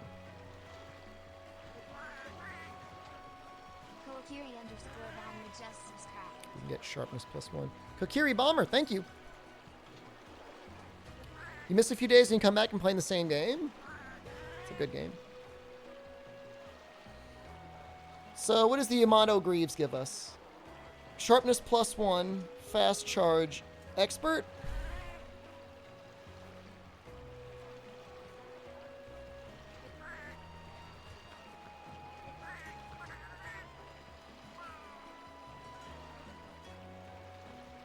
No, not even. Let's give focus. I mean, focus in a way synergizes a little bit. I don't even know what the hell the full set gives. I'm trying to figure it out. It's a little confusing. Monster Power 3. Armor sets. Focus for dual... I mean, again, like, the idea is, like, you're filling up your demon gauge a bit faster. It's, like, not as good as runner, in a way, but it still accomplishes sort of the same goal.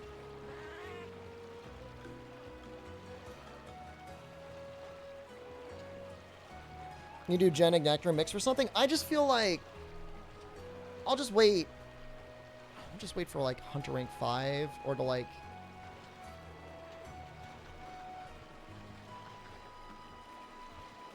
I want sharpness +1, speed sharpening, and ideally runner. Although at a certain point, like, we're going to be able to start making Mega Dash juices, right?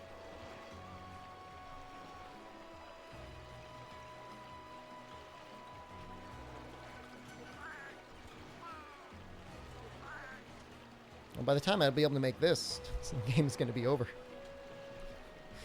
I mean, what I'm looking at here. All right, never mind. All right, let's just get on with it. I'll do a. I'll plan my armor set for high rank once we get to high rank. For now, we're fine.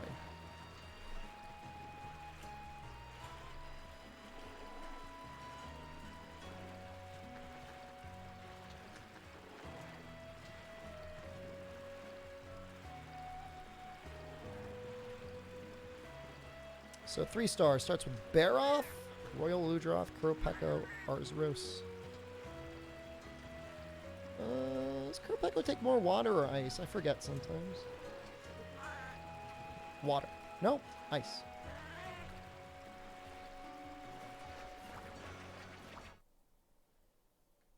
I remember in one of my last world videos, I put together a set where somebody could get like Focus 3 for free on Longsword. And some nerd came into my channel and was like, why would you ever run Focus on Longsword? And I'm like, because you get it for free. Like, I understand if you lose something, it would be bad. But you lost nothing, and you've basically gotten Focus 3 for, like, no cost whatsoever.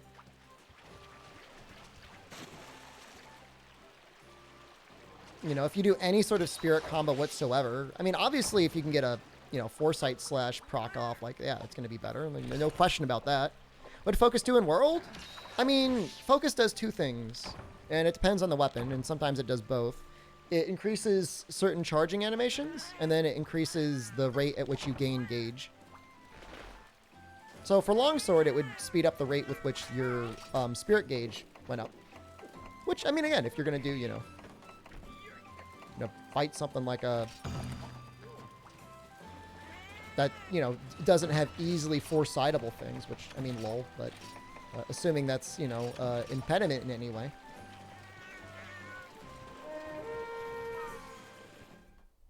Edwin, hello.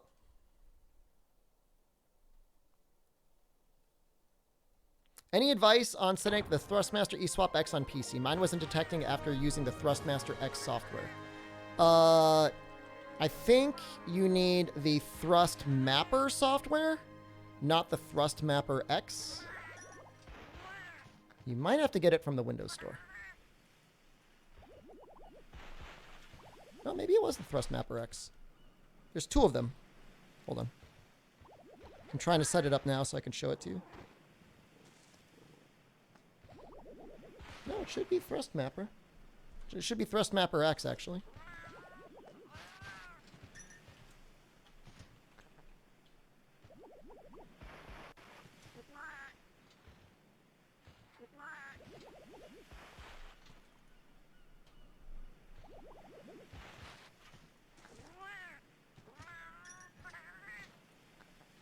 And here's mine right here. Did you try unplugging it and plugging it again? I know that's really dumb. I know that sounds silly. But you try unplugging it and plugging it again? And it is the Thrust Mapper X.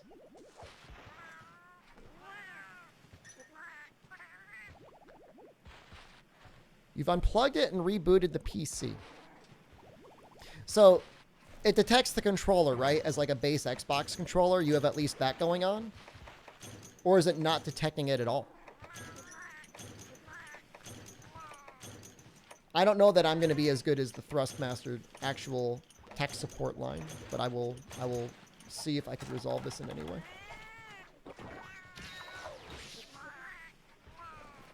Device manager sees control. So you can get it working, you just can't customize it. That's a start. I'm assuming you're running Windows 10.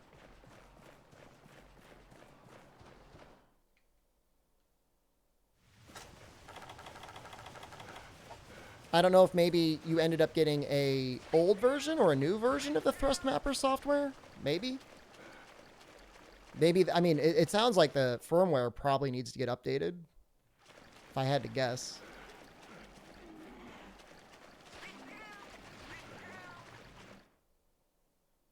Head of tech support and marketing? That is not true.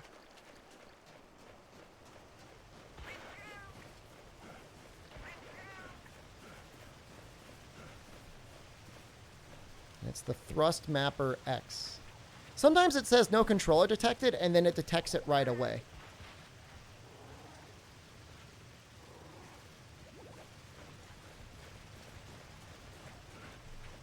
This is what I have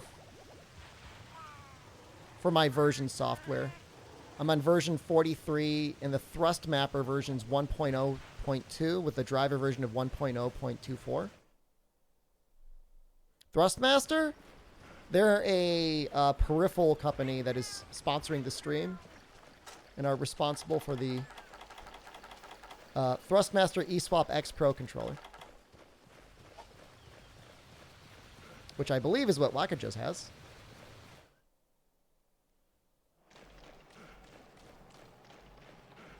Obviously, you're going to want to have that software because it's nice to be able to calibrate the more specific things. In the short run, there should be instructions to like immediately rebind the other buttons as well.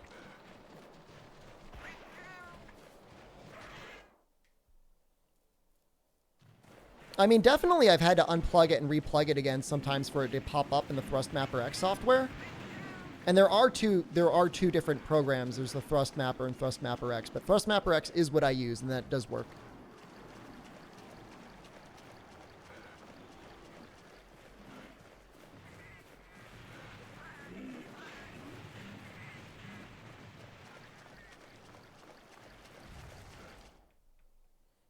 I don't know what else it would be other than, I mean, at the very least, I mean, it's getting detected as an Xbox controller, which is fine, but obviously there's a lot of other things that the software can do for you that you want to do. Mapper X is for the eSwap X, which is what I have. Yeah. You want to hog the stream content? I don't mind. We're talking about the Thrustmaster. I mean, I guess it could be in a better light. It could be, man, Shepard, I just got my Thrustmaster eSwap X Pro controller and it works amazing. Well, you're using the right software and you've unplugged it and replugged it. Do you have Steam open? It is possible Steam is hijacking it. That is a good point. It's unlikely, but possible.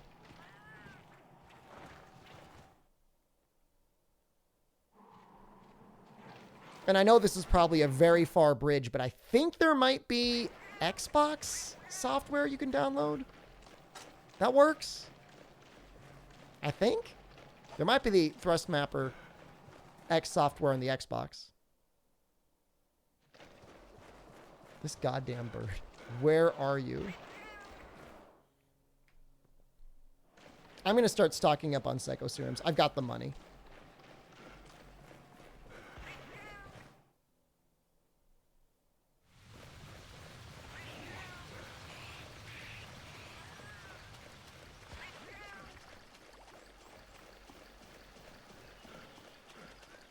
Probably my most cursed existence is attempting to get Joy-Cons paired to a PC. That's just a nightmare scenario.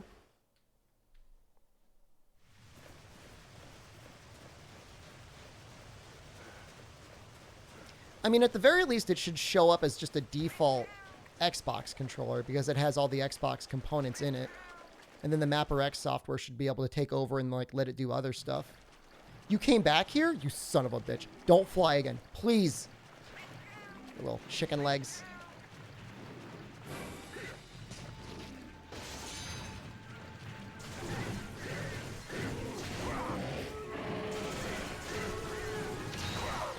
They're terrible controllers, MHK, the Joy-Cons.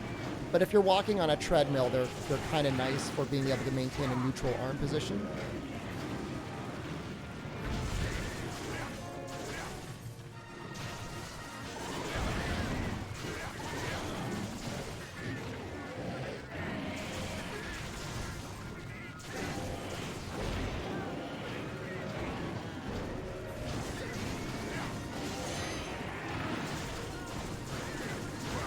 Kuropeko may be one of the best parts of 3rd gen.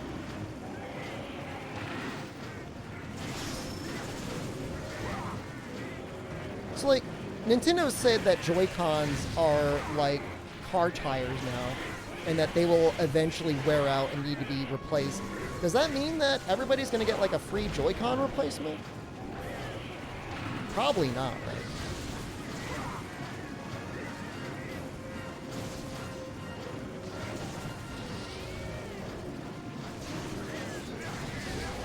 Yankutku is zero comparison to Kuropeko.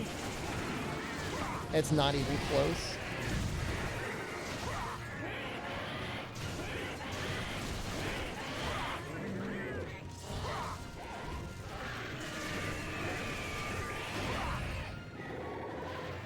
We've already broken his face.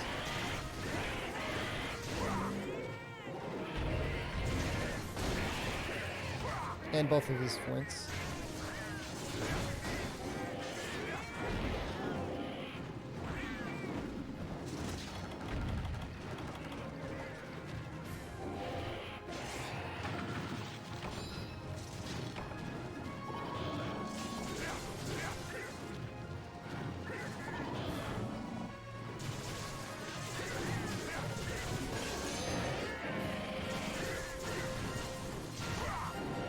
I don't know if we would ever get a Kuropeko in Sunbreak.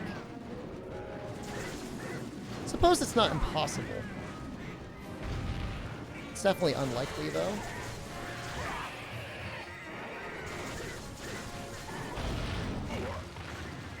Humalo. Good afternoon.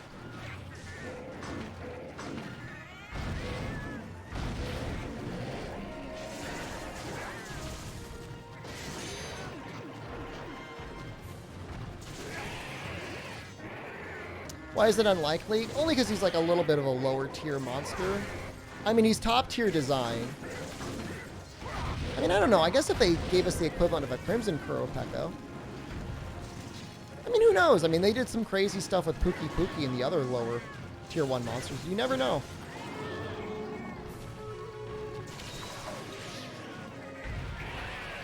Guys, I love this little, like, double stab attack.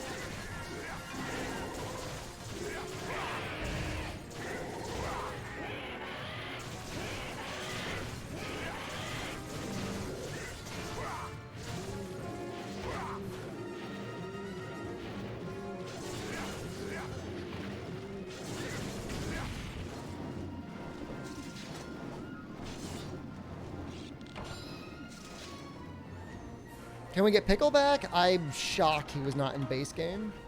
Like, actually, like, completely shocked. Like, I would have never expected he would have been left out.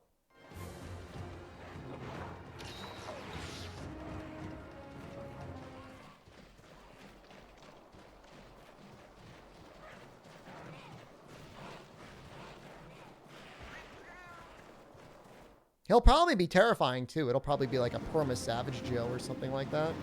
I can't imagine it's going to be the Iceborne version, though.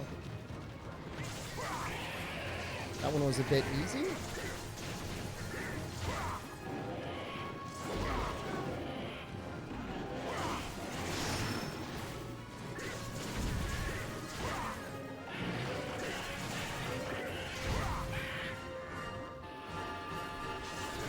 Oh, oops. Oh, God. Miguel, you monster.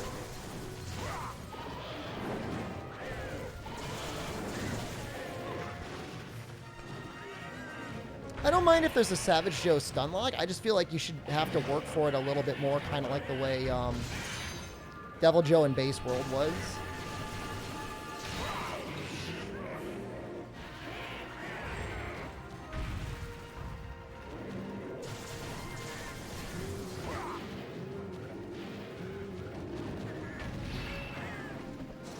Resilient Kuropeko. It's like, keeps running.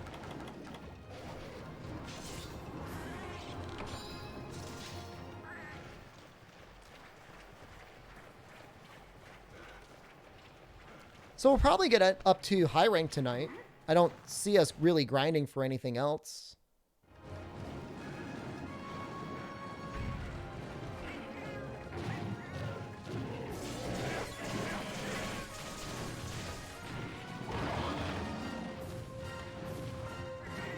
Still dream of Lao Shan Lung being brought back one day. It's a good dream. They doing Western-based monsters anyways? I mean, I think that's more of a fan theory than anything else. I mean, it seems likely. Everyone thinks the new game is going to be full of, like, vampires and werewolves. I don't... Obviously, there'll be some inspirations, but there's not actually going to be, like a spooky Transylvanian vampire that's going to sneak up behind you and suck your blood. Curious you launched Steam and you didn't recognize the controller?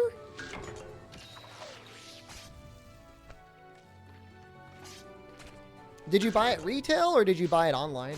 I would just like switch it at store and be like, yo, controller's forked. I don't know if you just got a defective controller. Which seems odd, but I mean, those things do happen.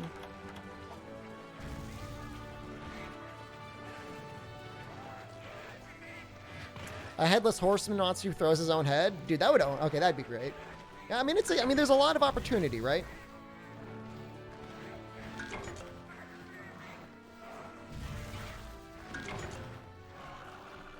Okay, so Kuropeko, I think Baroth? Baroth, I assume we're just going to go fire. So we're probably going to break the mud off of his body so quickly. Got it online. I mean, I guess give it a day. Give him a day to get back to you.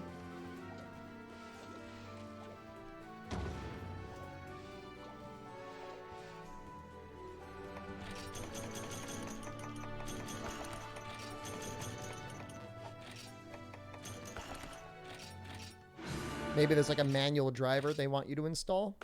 The weird thing is, like, it just works like when you plug the, I plug it into an Xbox. It's just like, hey, you got an Xbox controller.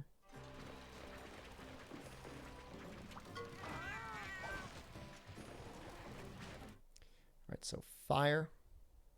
How many new monsters were introduced in Iceborne? A good amount. It, like, roughly doubled the roster, right?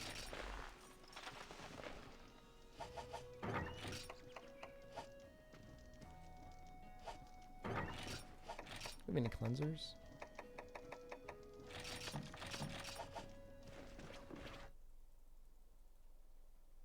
I mean, honestly, Wakajas, it should literally just be plug and play.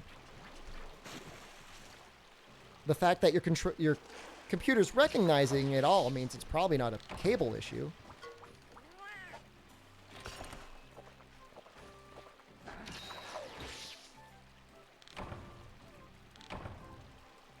I mean, the thing is, Best Bryant is like for his controller, like there's like additional software that you can do additional things with. So even if Steam recognizes it as like a default controller, he's gonna want the other thing popping off.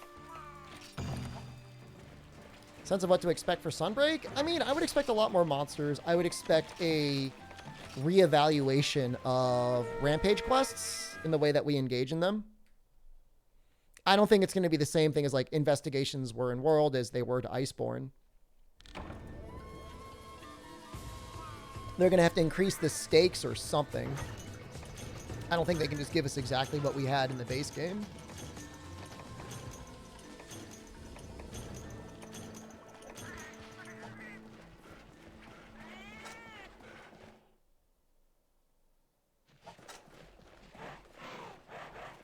Six subspecies, flagship, final boss, Safi. What else am I missing?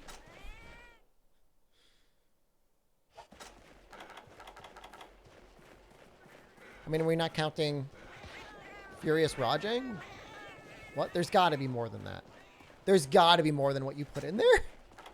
There's no way that's Iceborne. Telling you, the D-pad is very nice. I don't want to be here like, oh, you're going to love the feel of your D-pad as you're sitting there like gripping it angrily. But it is a very nice D-pad. Was Tigrex in Base World? No.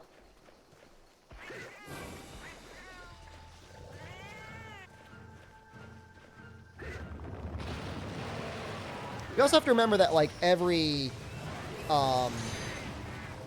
nearly every old monster also got like a new move added to their moveset in Master Rank, which I mean obviously doesn't make them a new monster, but it does change their fights sometimes a little bit. Like Anjanath's cool downward flamethrower move is really interesting to look at.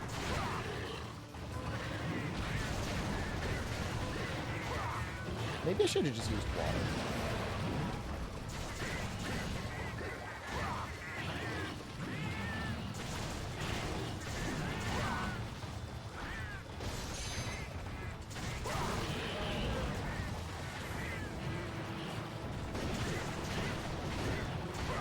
We're counting subspecies? I mean, we should count every new named fight in World. That was not in base... in Iceborne, that was not in base World.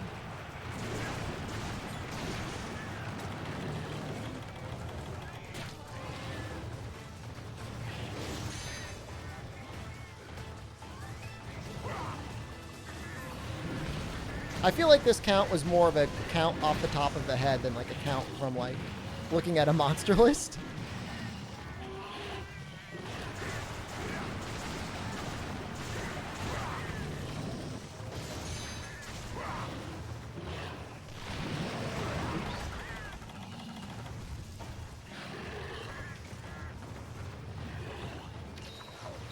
$13 is 100% brand new fights. I mean, that's fair. I mean, but you got to count like so many of the returning monsters were, you know, pretty tweaked out from their new fights. I mean, not necessarily to the degree that Rise did. I'm just a second right now.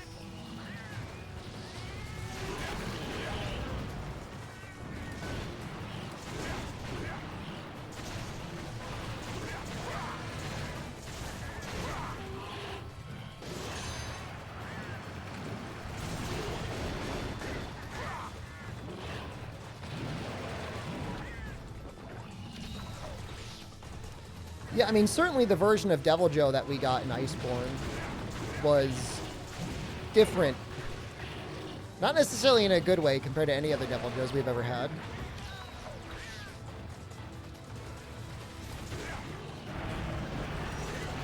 You know, silver and gold, completely different fights.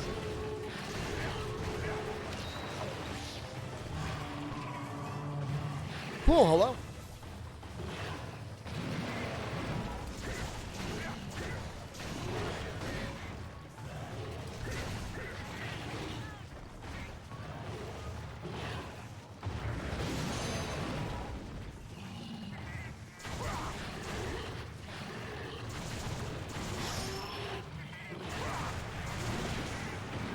I'm going to go out and say,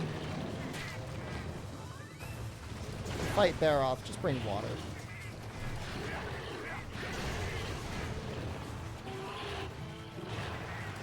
Or honestly, bring poison. God damn it.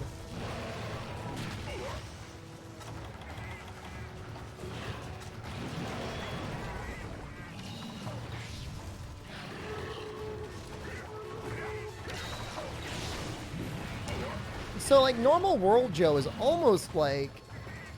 He's probably a better fight, but he's also, like, a much more annoying fight than Savage Joe. Savage Joe, you can just, like, so brutally dunk on. It's, like, satisfying in that way, but it's also, like, somebody please help this poor monster. He's dying.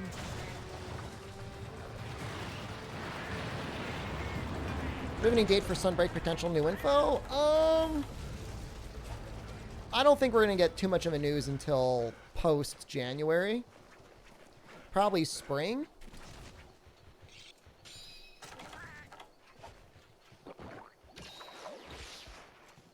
They might start ramping stuff up then.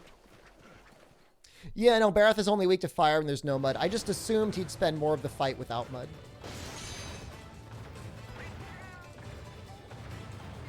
I was wrong.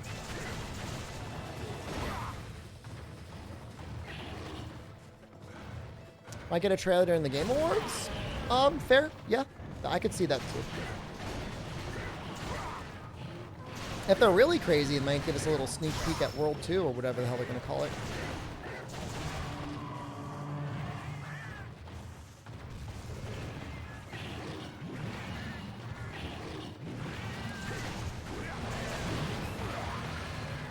Really, if you fought him with a dung bomb and you dung bombed him out of 3, fire would be okay.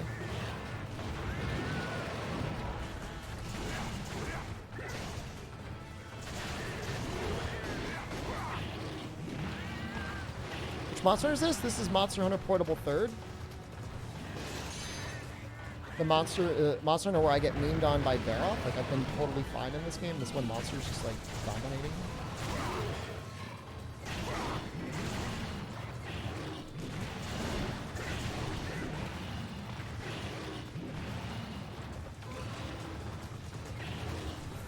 Like, Guild Baroth has got me feeling like this guy's Try Baroth.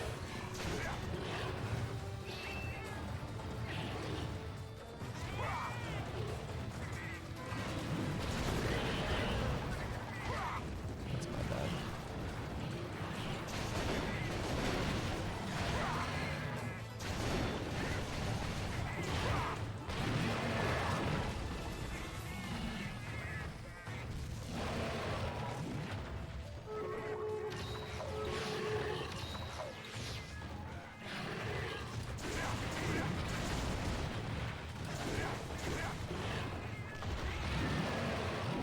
Seeing Dual Blade without speed and demon mode throws you off.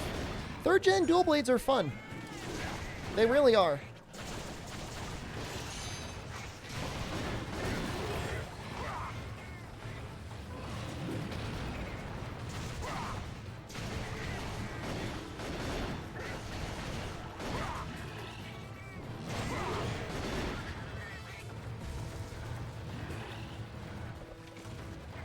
Like, obviously, Demon Dance is where your big damage is, but, you know, the monsters move so fast and attack so much more aggressively, like, you got to be really careful not to overbreed. Really on any of your combos.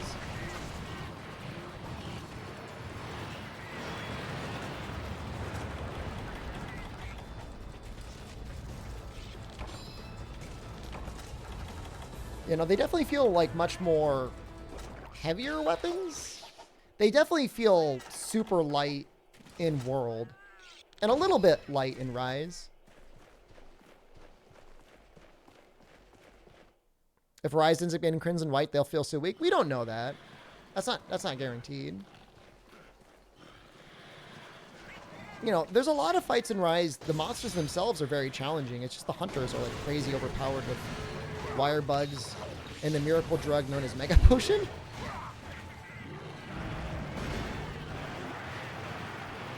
We're going to get Switch, Sunbreak for Switch or PC? Well, I'm assuming my main save is going to be on PC. I'll probably get it for both consoles. Just to be able to play with both player bases. But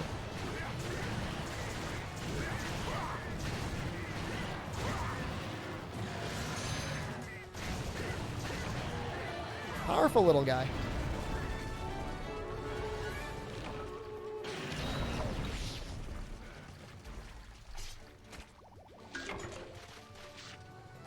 Yeah, I remember having no issue with G-Rank Crimson Nefudis. Just make every attack a one-hit kill. Just have all of Sunbreak be where the hunters permanently have 1 health.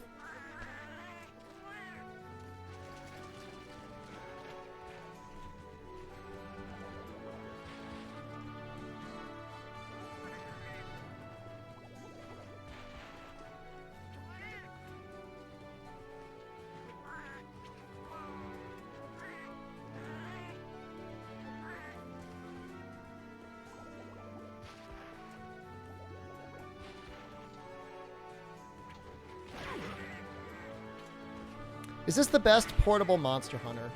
It's one of them. It's way up there. Can I do a good Goofy impression? Gorsh! That man really blevins his butthole.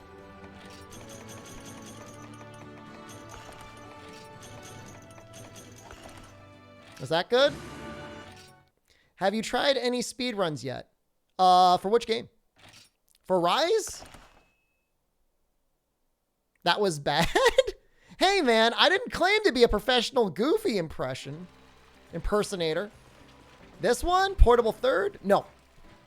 No, I've never tried a speedrun in Monster Hunter Portable Third.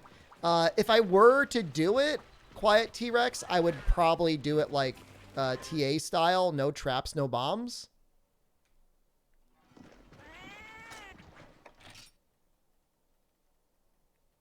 Practice my Goofy more. I'm not going to do that.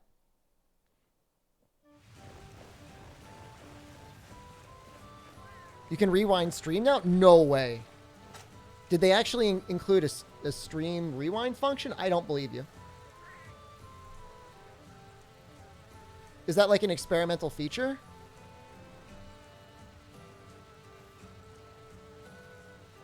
I don't see it.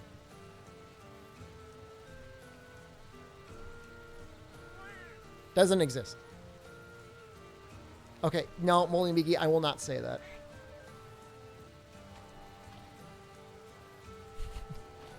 I will not.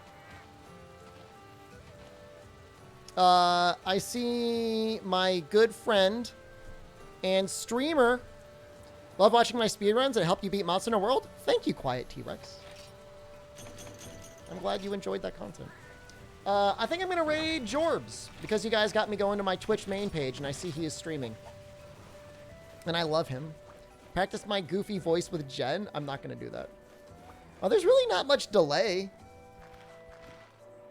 Ooh. I'm going back and forth between 2 screens though and it's freaking me out. We're going to raid Jorbs.